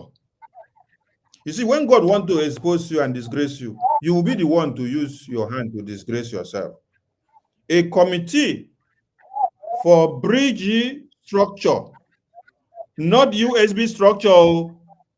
It is Brigade Structure, BRGIE, Biafran Republic Government in Exile Structure. So, but she's using this video now to deceive her fellow people that their brains have been in the psychiatric hospital of Georgia, to say Prime Minister of the United States of Biafra explain what will happen immediately after the declaration of independence. Listen to PM. What is she trying to prove? She's trying to tell you that the structure that was said was for her to use it to form a USB. But in the message and the video that she is pronouncing, you are pronouncing that the structure is for Bridge, not for your USB. I think we are not having more calls, so we are going to release our mama very soon. Let us play this video so that we explain something to Biafrans. All right, thank you very much, the COS. Today, as we get closer to the declaration of the restoration of independent state of Biafra, we are making sure that we are hitting the ground running, putting every mechanism in place. And of course, as that is happening, we put a necessary structure that is not yet in place. The declaration of Biafra in Finland will spark international discussion. The international discussion is going to spark is the one that will shake the entire world. So, Odeshi has been activated. So we can stand shaking. I am telling you the fact. Odeshi has been activated. Because the discussion, like the police told me here, Simon, do you know that this is going to spark a very big international discussion? I say that's exactly what I'm looking for. If it didn't happen, it means we didn't do it right. They went ahead to ask me, do you know that the president is going to make? I said that is what I'm looking for. Anyway, let us continue. So on this note, I will be announcing a committee for the structure of the Biafra government after declaration. And everyone who have worked with me from the beginning till now will know how I work. I work in a very mysterious way. I can have different group of people working on the same project and they don't know each other. And nobody knows that somebody else is working on the same project. I don't know whether, some of you may have known that. Yes. So that's how I do my own things. So, but on this note, I will be announcing a new committee that will be working on the structure of government. And the person to head this committee will be Dr. Dorothy. Dorothy, are you here? Dorothy. Anthony? Unmute yourself. Dorothy, Anthony, if you are here, can you unmute yourself and say, yes, I am here? Oh, hold on once. I think unmute. Okay, go ahead and unmute now. You can unmute now. Yes. Yes. All right, Dorothy, you are going to head the committee for the Brigi structure that will take place immediately after the declaration in Finland.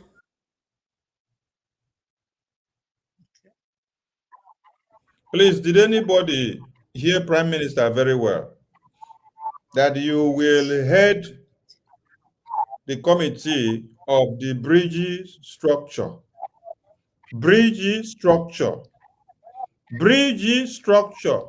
It did not say Ngozi USB Nigeria group structure. Bridge structure. BRGIE. BRGIE structure. That means after the convention, Prime Minister had the vision of reshoveling or restructuring the bridge, because he knows bridge is the mother hen to USB. Bridge is the one that brought us this far. Bridge is the one that gave birth to USB. Bridge is the one that will get recognition for USB.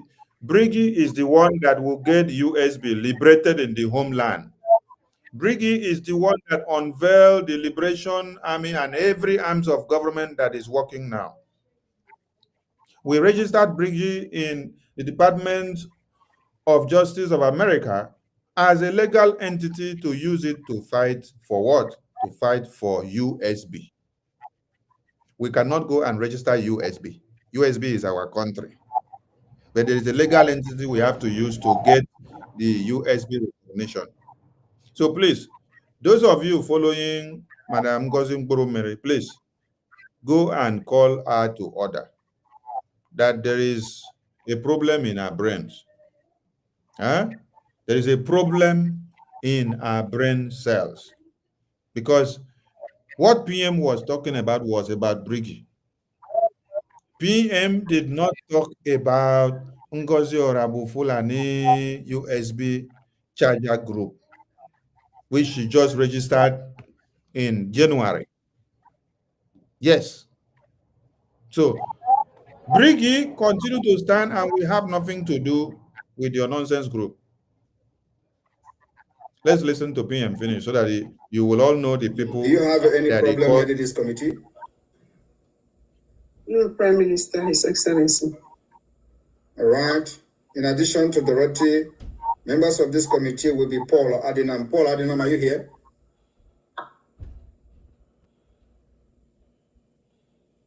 Yes, PM. Paul? Yes, I'm right here, sir. Honorable Paul, you are going to be part of the committee that will work on the structure of the Brigi. Do you have any problem being part of the committee? No, PM. No, sir. Do you have any problem working under Dorothy?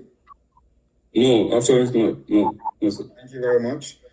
The next person in this committee will be Honorable Uche, European Rep. Honorable Uche, are you here?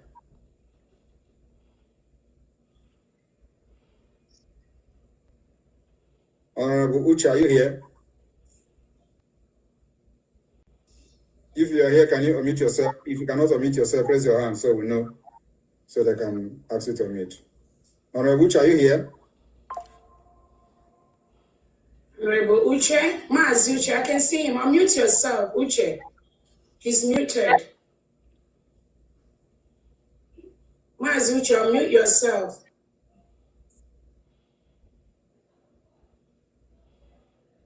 Maybe he's not close to the system. So somebody can beep him.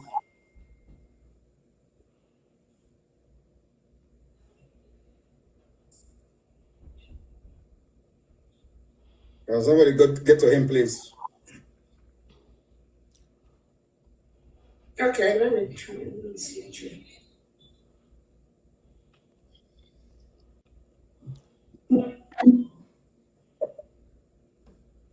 He earlier said that he might be busy at work. So okay, all right. Yeah, he said. Then that's understandable. So Uche, and then the next person will be Honorable Dr. Ngozi Orabu, the COS. Do you have any problem being part of this committee? No, Your Excellency. Do you have any problem working under Dorothy? No, Your Excellency. All right. So these names that have been mentioned now will be working on the brigade structure, and they will be presented to the government on the declaration of the restoration of independence of Biafra. I wish you all good luck. I don't want to settle fight.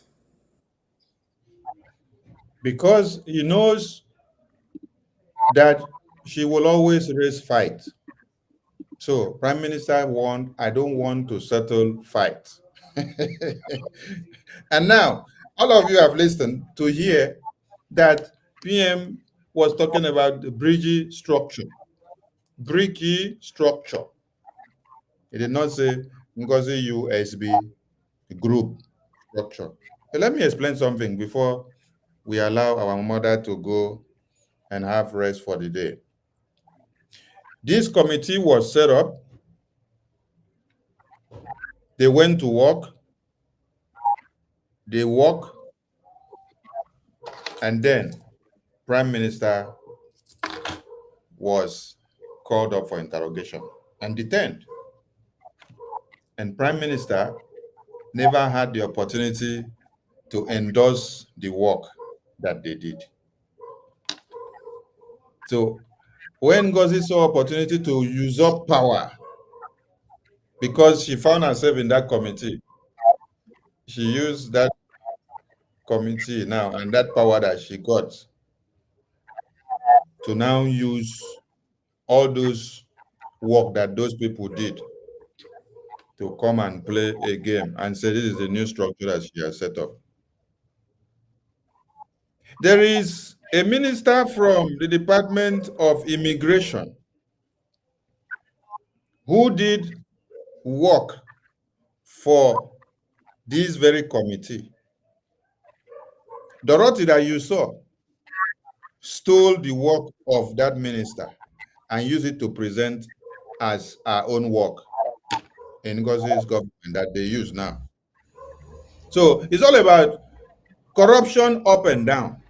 You use somebody's work to take credit for yourself, while the person that actually spent time and hours to research and compile everything now goes back without any glory.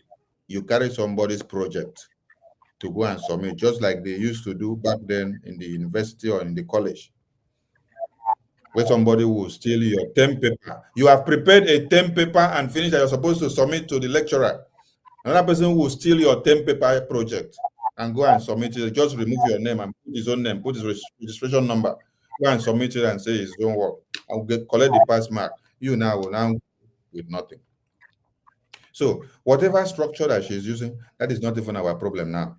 But for her to have the impetus to bring out this cabinet meeting of Prime Minister is every evidence that everything that has been happening in the private meeting of Prime Minister with his government, that means everything has been leaked out.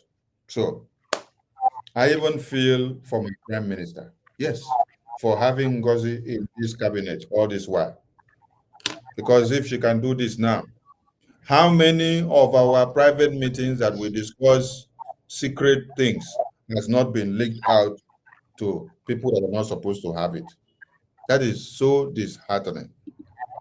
But we leave the rest to Chukwuke to take charge of. We want to say a very big thank you to our Onuwu, who has taken out of her time to speak to Biafrans and to educate them, to clear the air so that they will not continue to be in a state of emergency. So Biafran people, Mama has spoken to everyone. If you have anything against Mama because of previous occurrences, forgive Mama today. Mama has pleaded for forgiveness, and she has also advocated that everybody should adhere to the instruction of the Prime Minister, fall back to BRGI. And she wants to see all of you in the fundraising on Saturday and in the town hall meeting that will be coming up aggressively. So, Mama, in your last words or sentence to Biafran people, you have the mic before you go. Okay, Biafrans, it's been a wonderful day. I dedicated this day to Biafrans, and all through I've been in fast. So I haven't had anything since how many days now? Because I know it's the Lord powering me.